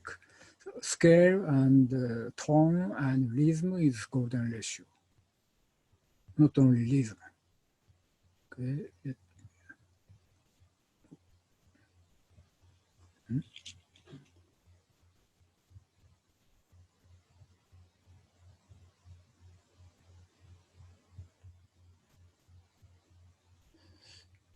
難しいかな。Sorry. This is not application software. Just PowerPoint. Yes, this one. Yes, this one. Okay, let's play.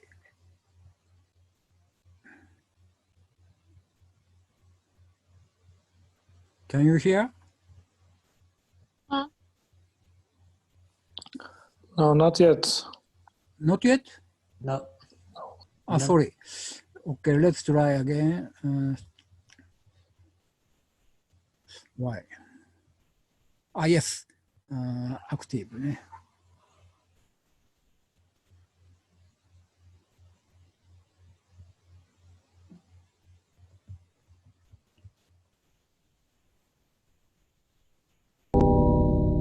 Yes. Oh, yes, yes. Such a sound.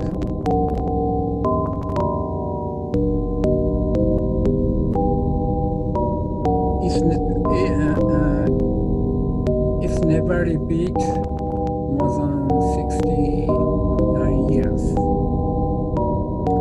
Okay, let's stop. Okay.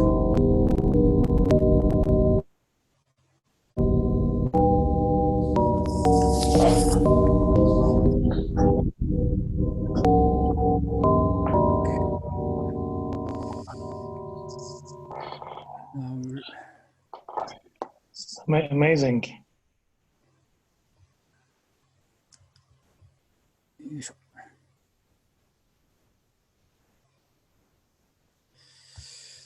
So this is music ね。So maybe in the future I have to produce such a keyboard ね for playing modern Asian music. This structure is useful for the ornament system for football. So this is a two-dimensional quasi-periodic structure. I showed the architecture plan. It's good for city planning, urban design. So this is my first proposal. I called it neural architecture based on the Penrose time. Yeah?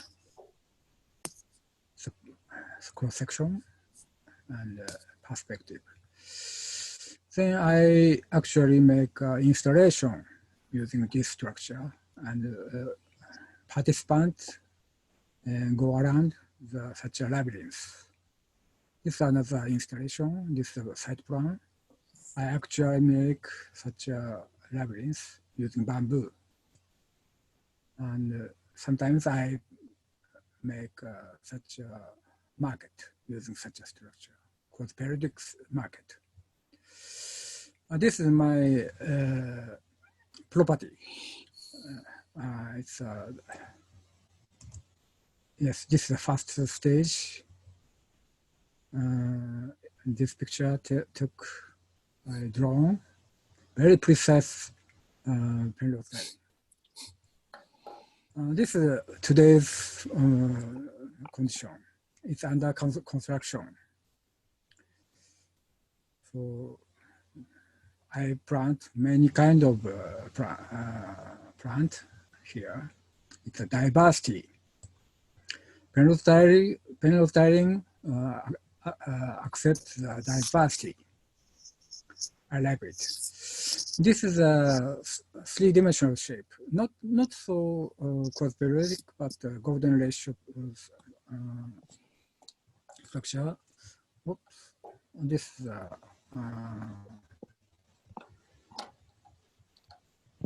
six stars.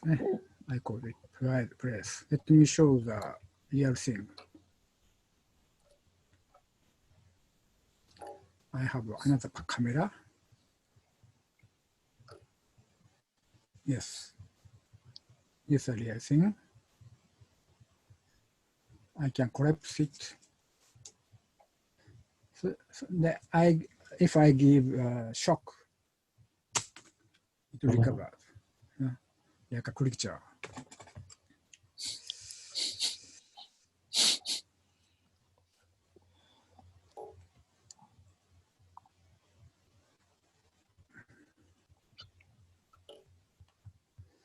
So I actually use this one for light. Spider make a nest here. This ornament using pentacle stars. It's also any kind of shapes. So this is also three-dimensional structure for three stars. Such a shape.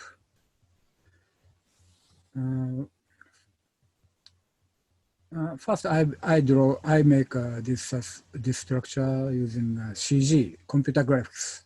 But when I designed it, maybe I can make this one by paper, I thought.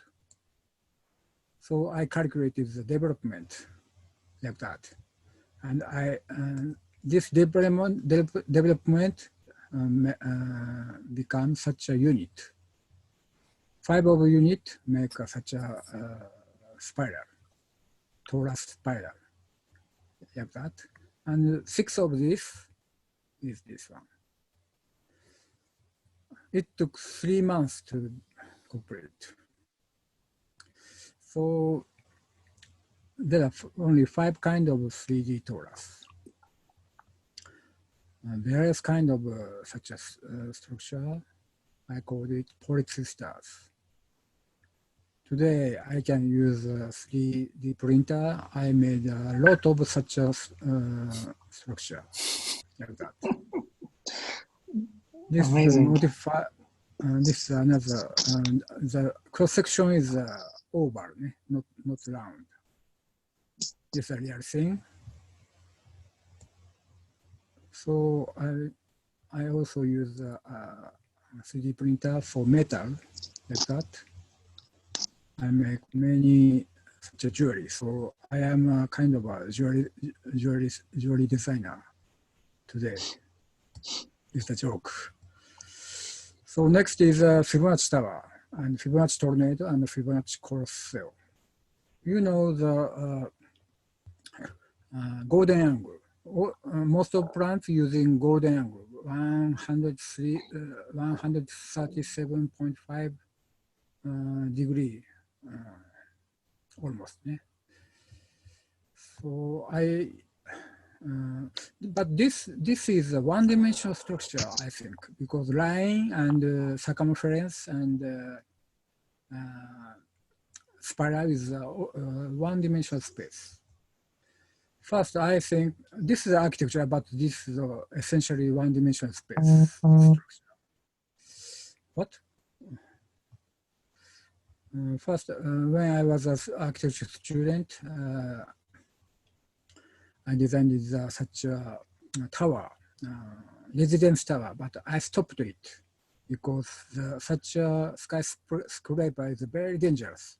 So I stopped the idea. But around 2000, I restarted to make it like a toy. So this is a single spiral, a double spiral, 3 spiral, triple spiral. Next is 5 spiral. Next is 8 spiral. Single spiral is next single spiral become toy. Actually, I designed it like that.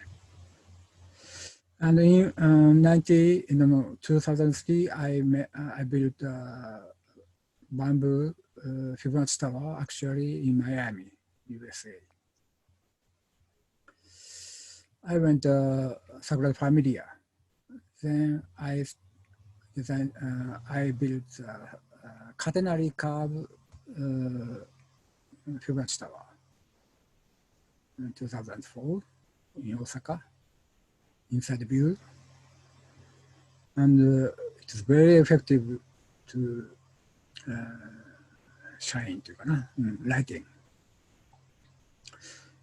And I built many tea house in the world. This is Atlanta, inside view. It's a Costa Rica, inside view. And in Tokyo, I built 8-meter tall Fibonacci tower in 2006 inside view. And it's a horizontal tower, is a tunnel. So let me show, this is very interesting. So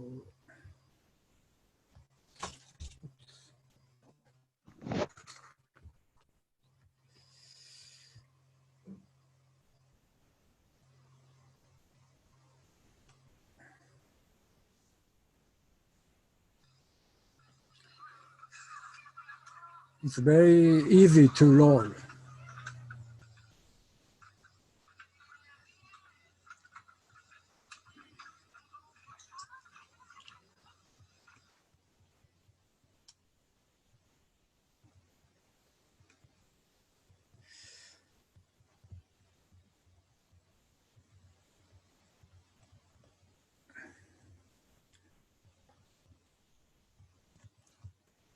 It's called Fibonacci tunnel. Why it's easy to roll? Because the cross section is such a shape. And I use a golden ratio. If I use a 0.25, such a cross section, it doesn't roll. And it's a hyperbolic surface. I actually make this one using bamboo. This is a paraboloid antenna. Paraboloid antenna. Hakan odanı görüyor musun? Huh? What? This is a small hut. I made many models because my client asked me to build such a hut. It's an inside view. But my client have not so much enough budget, so I switched to make a bench like that. Only roof structure. 30 people can sit here at once. It's an inside view. It's like a mosque, I think. 2 years ago, I made such a wooden tower as a permanent structure inside view. It's not computer graphics, it's a real photograph. It's very dangerous to build. Night view. So I designed the triangular spiral. It's a single spiral, İşte double spiral. yani birçok sporcunun gelip It's the performans same as radish diyor. Birincisi tarihi triple spiral, hem eski kale hem yeni kalede ne iki tane kale var. 5 spiral, 8 spiral, Bir noktadan 15 spiral. her iki cephesinde birisi sigurda Everything is a similar triangle. This is a Fibonacci tornado using the spiral. There's a real thing.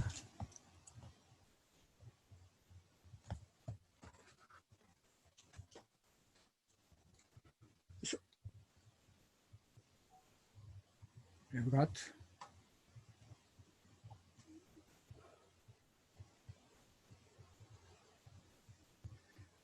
It's become a kind of turbine.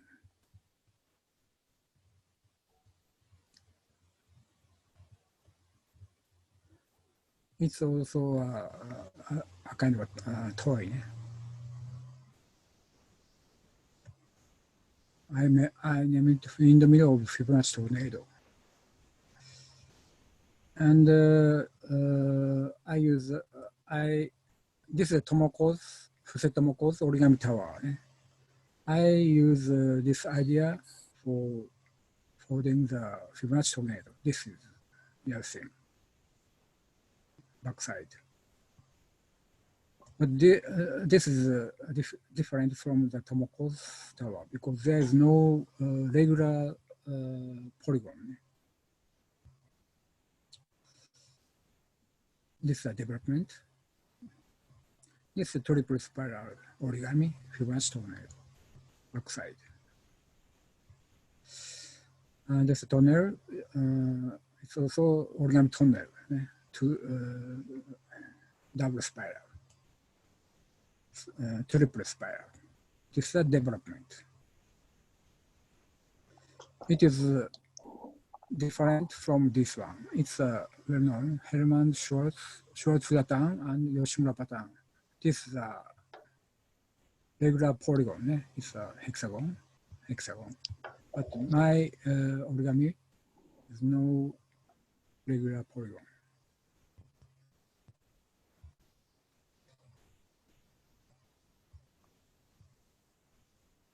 Fibonacci tunnel is very interesting behavior. Let me show the real thing. And this one. This one is Fibonacci tunnel, origami to Fibonacci tunnel. Like a creature,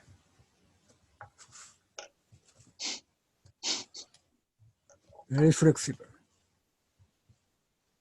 It might be used for some any kind of pipe, like a pipeline or water line.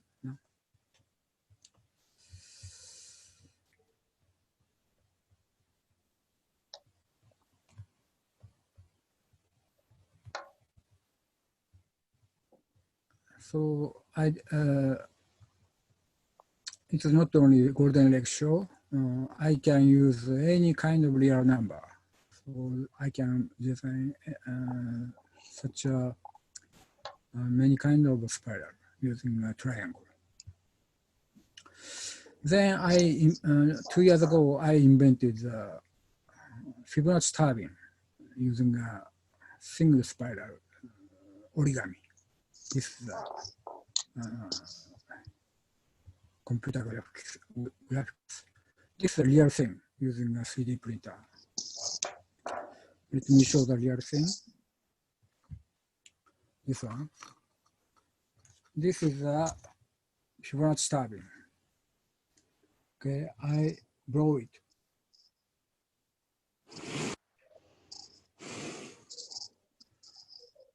It spins very well, rather than this one. It's also rolled very well. It's patent pending now.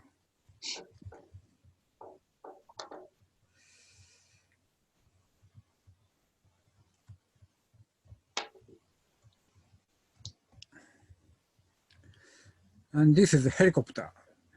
It's fly very well. I would like to show this one, but it's difficult because the movie is not good for Zoom meeting. I have a Instagram account. You can watch the movie of this helicopter, helicopter. But it is a very important fact. Anyway, I will show the real thing, this one. This is Fibonacci helicopter. Like that.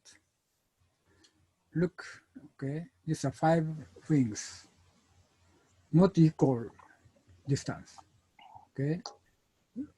Remember, TTK, again, TTK.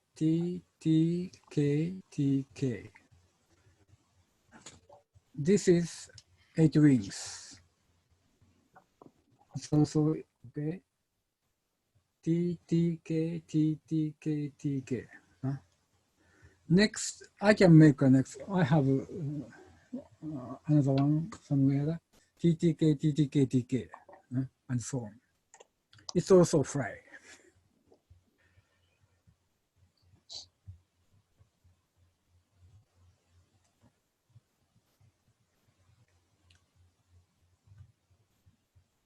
And this is Fibonacci, bamboo Fibonacci foil.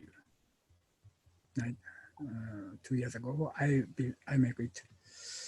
Okay, let me show this video a little bit. This is a footmark of bamboo Fibonacci foil.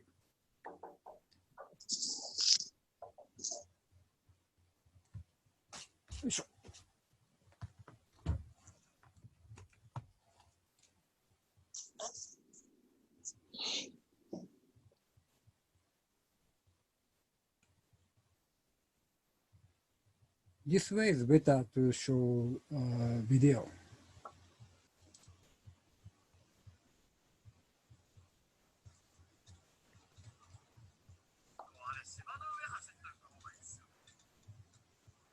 Can you watch? Moving? Yes, very nice. Okay.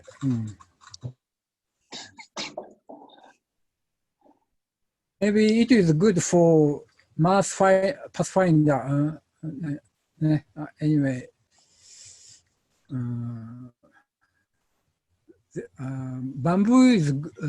bamboo become everything. But before that, only foil was impossible. But it was solved. Bamboo can become everything today, even the foil.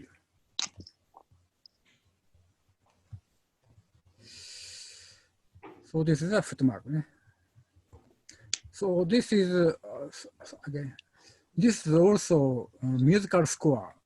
I composed the music using this score, but I cannot play here.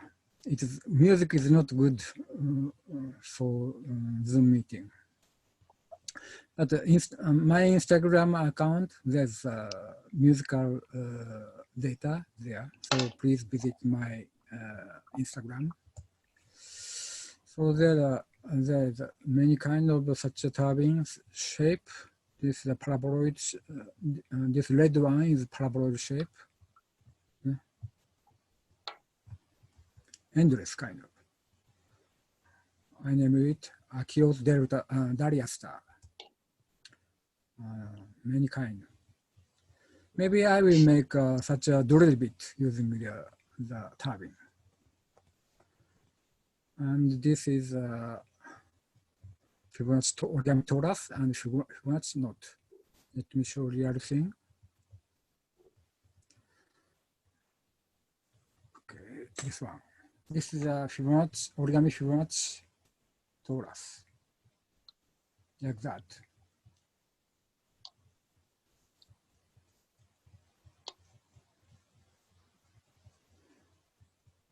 I remember this behavior looks like a typhoon behavior. This is a origami Fibonacci knot. It's also move.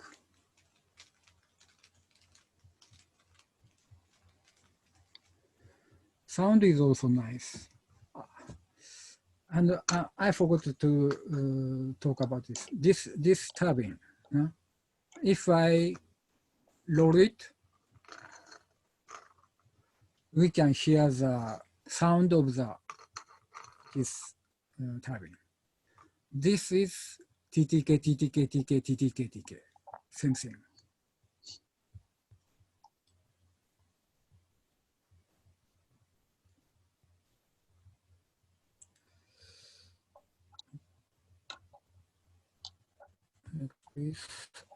Yes.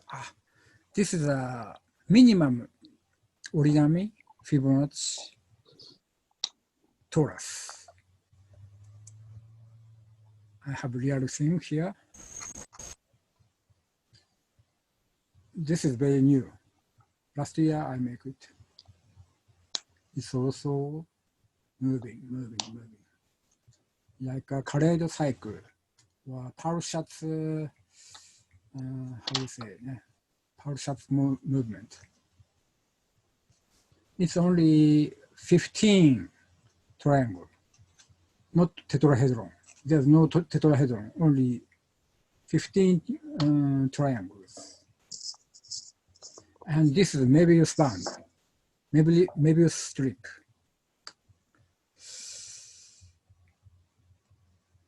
Next one.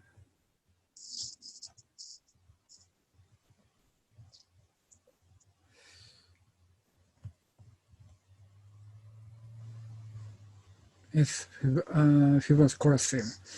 This is a Fermat spiral. If I use a Fermat spiral for phytotaxis, we can make such a Voronoi division. Maybe this structure is good for terrace house or playground. So I name it Fibonacci terrace house. Elevation. It's very similar as such a World Heritage. And I designed it, I suggested to use it for cross-seam, stadium. Everybody can view center, like that. This is a 3D printer model. Oval is also possible. It's good for football game. Movie theater is also good. Same idea. I designed a Fibonacci jigsaw puzzle. This is a problem. Put all pieces. Put all pieces from 1 to 49. 49 is not important. Any number is okay. 49 into the frame. So basic way is this way. 49 is here, 48 is here. This angle is 137.5 degree, golden angle. But there are some other way. So you use a spiral. This spiral is mod 8 spiral. 41 minus 33 is 8. This spiral is 13, mod 13. It's easy to make, solve this puzzle using this spiral, mod Fibonacci number. This is a solution, but sometimes player may fail because one piece is absent, or sometimes player may fail because one piece is surplus. And it's also interesting. If you put any consecutive Fibonacci numbers, pieces,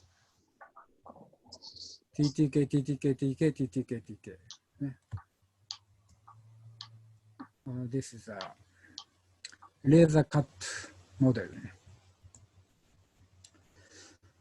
So finally, I will show some architecture plan. I integrated all of my idea of Fibonacci series, golden section, and etc., everything. This is I designed it for my friend's museum, private museum. The cross section. The roof is a paraboloid surface.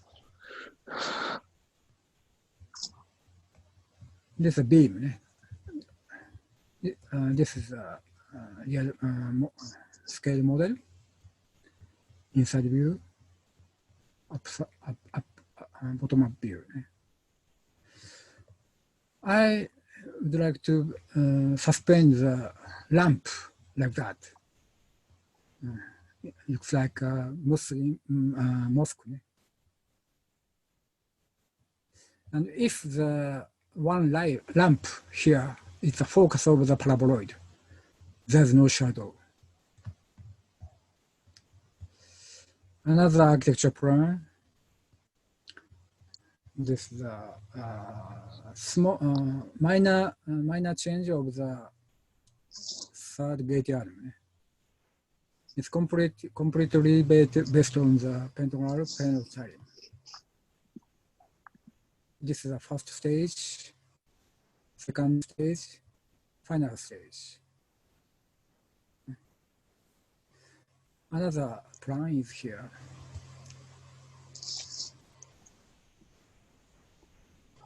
Another other proposal here. This is a bookshelf museum. Bookshelf support the roof. No, there's no column like that. This is a different idea. Pentagonal bookshelf. Yeah. And I made such a computer graphics, and this is a scale model. So Roger Penrose sent me a mail personally, and he wrote, I certainly hope that some of these amazing architectural design of yours may be realized before too long as actual building structure. Thank you, but I'm sorry, not yet. Thank you for your attention. No, we will do it soon. I hope so. Yes, wonderful, Akio. Thank Thank you. you so much. This is You're breathtaking. welcome. Very nice, very nice. Thank you. Any questions? Any remarks?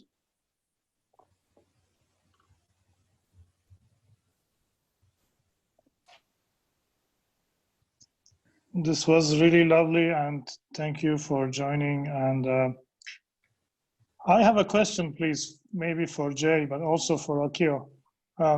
We also discussed in the last meeting, who are these people, if I may ask? It's a popular question. It's a humanistic question. Like 800 years ago, somebody built a minaret and established these sophisticated patterns out of stone or tiles over there, like in the middle of the hot climate. And so there must be an incredible passion to display these magical formulas and artistic display.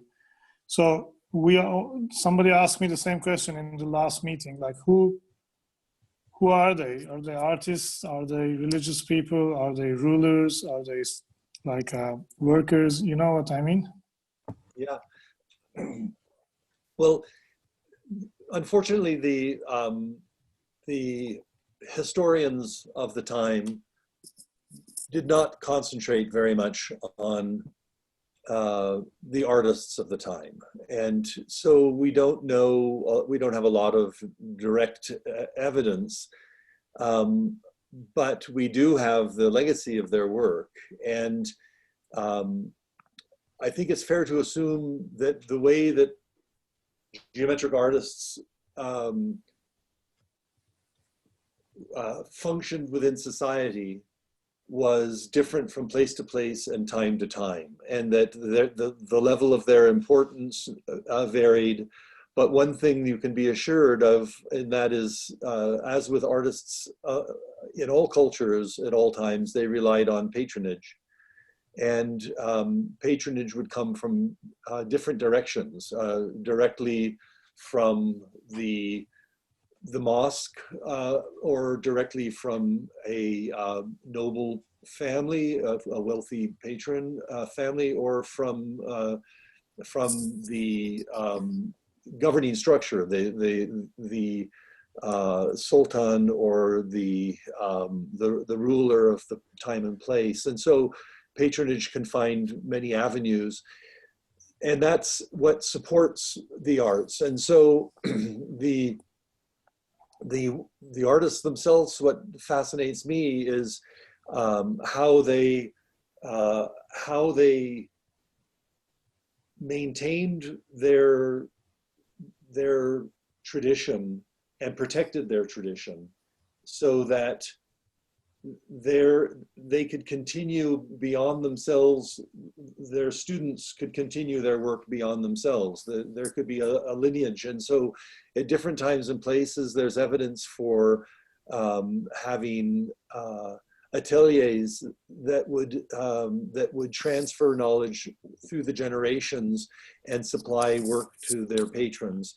And these ateliers, the degree to which they were religiously motivated or spiritually motivated is debated. And but the fact is that it's not greatly known in terms of historical evidence. But I think we can assume that that they would have been very devout and motivated by not just pleasing their patron but pleasing God. And so that is what. But there's not a lot. There's not a lot known about this, to tell you the truth. There's not a lot known about it. Thank you. It's a great answer. Thank you very much. Any other questions? I'm sorry. Yes.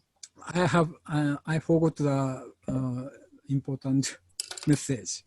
Yes, please. Let me show. I don't know why I forgot.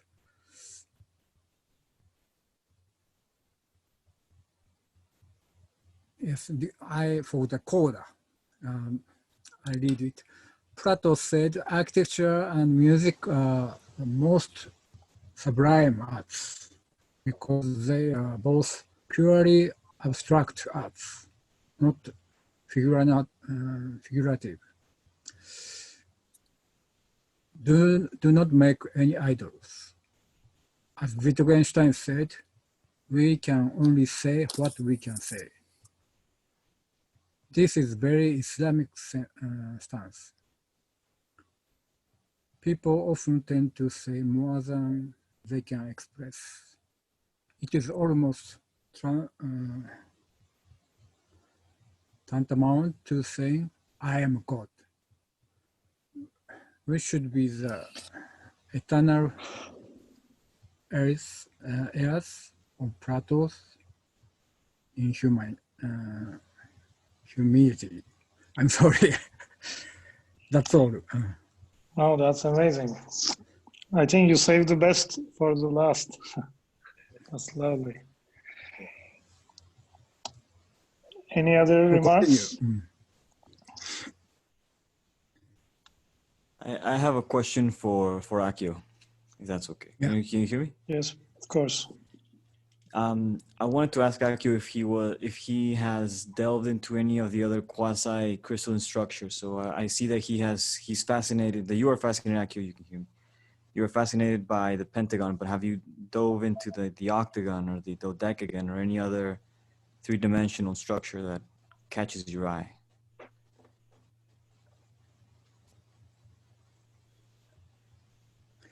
Somebody translate into Japanese. Or please write a chat. Yes. Okay. So the question is, you're fascinated by 5, but have you ever considered other numbers like 8 or 12? Yeah. No. 5 is. I love 5. Me too. I'm accepting only 5 because it's a Fibonacci number and a prime number. Maybe more than 2,000 or 5,000 or more than 5,000, we can use 5 because we already used 2. Square is a 2. So we get tired. That is why I try to begin to use 5. 3 is also nice, but 5 is more interesting than 3. I have to agree. Maybe 7 is very interesting, I think. But next generation, maybe 1 million years later, we started to use 7, I think. That is my answer. Thank you very much for your answer.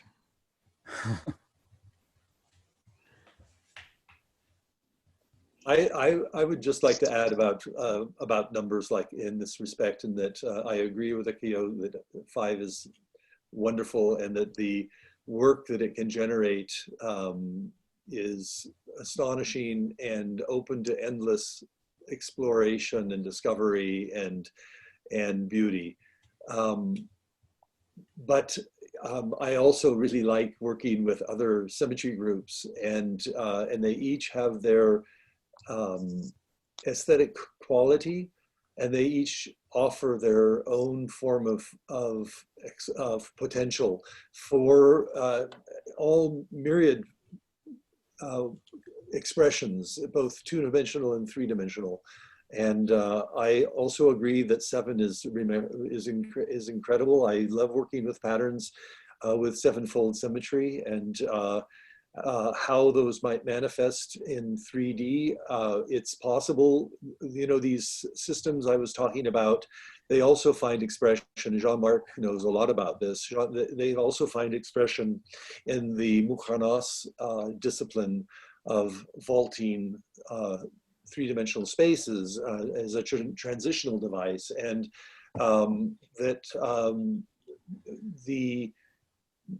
usually Mukhanas wants to relate to the form that it's sitting upon. So if it's sitting upon an octagonal drum, it makes sense that the symmetry of the Mukhanas is going to remain octagonal. But it's possible also for Mukhanas to be made with 5-fold symmetry. I've worked with this over the years. I've never done anything commercially, but I've explored it, and I've never explored 7-fold Mukhanas, but there's no reason why that wouldn't work also. And so there is a tremendous amount of I'm not going to say work, I'm going to say play to be done. We can Thank you, play. Jay. That's a great answer. Jay, Yeah. can I say one word about Mukhanas with a 7-fold symmetry? It works. Uh-huh. Yes, I did it. You've done it? Yes. Yeah. Yeah. It has to. Wonderful. Okay. Thank you very much. I have a question actually. Hello. Yes. I just wanted to ask about the Fibonacci structures. I mean, how many buildings, because I saw a village slide based on that structure. How many kind of buildings or structures do you have that have actually been translated from that Fibonacci sequence into a structure in the world, as in that sort of building?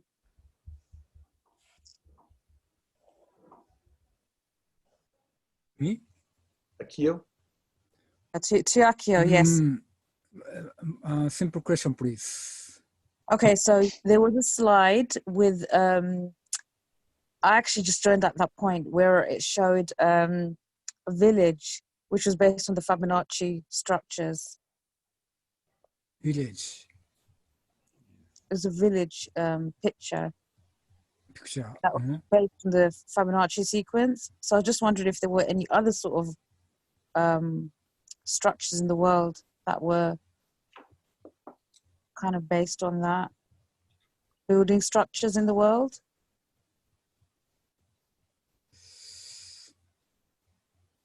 I'm sorry, I cannot understand your question. Akio? Hi. Yeah. Hi. I think what's being asked is, do you know of other historical buildings where the Fibonacci sequence has been used in the design? Buildings or also communities of villages and cities, urban landscapes. Many famous architects use Fibonacci number, but it's just a decoration, I think. Even the Penrose styling, many major architects use the parallel tiling already, but just decoration, no function, I think. I would like to get a new function from pentagon and parallel tiling and golden mean. That's all. That is why we should talk, we should say what we can talk. Sarah? Like a Wittgenstein. Sarah, can you hear? So Yes. decoration is almost idle, I think. I'm wondering if Sarah has a feeling about any thoughts on that same question. Orhan burada yardım gerekiyor. Şöyle, sorry for the Turkish. Fibonacci kuralının kullanıldığı binalar ya da yerleşimler, şehirler, kasabalar, onları sordu hanımefendi aslında. Evet, o soruyu anladım. Jay'in sorusunu nasıl? Efendim? Jay'in sorusunun benden beklentisini tam anlamadım. Jay, sorry, can you repeat your question, please? It's the original question about the use of the Fibonacci series within the design of architecture, not just ornament, but the actual design of the architecture itself. And I'm wondering if Serap has studied this or has knowledge of this within the Anatolian forms of architecture. Aynı dediğim gibi Fibonacci kuralının uygulandığı binalar vesaire Tarihi ve binaları. Ve tarihi Anadolu'da binaları. bunun örnekleri var mı senin çalıştığın diyorsun? Desen olarak tabii onların da bildiği uygulanmış desenler var ama desen olarak sorulmuyor. Akio'nun yaptığı mimari eserler üzerinden soruluyor. Altın oranın kullanıldığını bazı mimarlar İvi Ulu Camii'nin plan sisteminde ortaya çıkardılar. Onun dışında plan sistemlerinde yani mimari plan sisteminde altın oran yani Fibonacci serisi kullanılmış mı? Bu konuda sistemli bir araştırma yok. Okay. Well, there are a few examples, but not a complete study that she can report for now. İvi Ulu Camii plan Yes. Yes. Okay. Yes, thank you. Thank you, Jay. Oh, yeah. Thank you, Jay. Thank Any you. other remarks? I think we need to close slowly. Okay. I would like to thank Jay and Akio so much. It was lovely, beautiful day. And also Serap, of course, you. for putting us together, and Jean-Marc, our silent expert today. Excuse me, but Gordon, but I think that now it's time to go to get together out to have a coffee somewhere. Yes. Lovely. Lovely. Next time. And thank you everybody for joining. It was really, really special. And I thank my father and my grandfather again for creating this amazing heritage, and hope to see you soon again on another topic, maybe similar discussions. That would be nice. Wishing you a lovely evening. Thank you for joining us, and you can email us if you have any questions, any recordings, etc. Thank you very much. Thank you. Thank you. Thank you. Thank you. Thank you. Thank you. Thank you. Thank Lovely. you. Okay. Good day. Bye-bye. Thank you, Akio. Thank you, Orhan. Bye-bye. Bye-bye.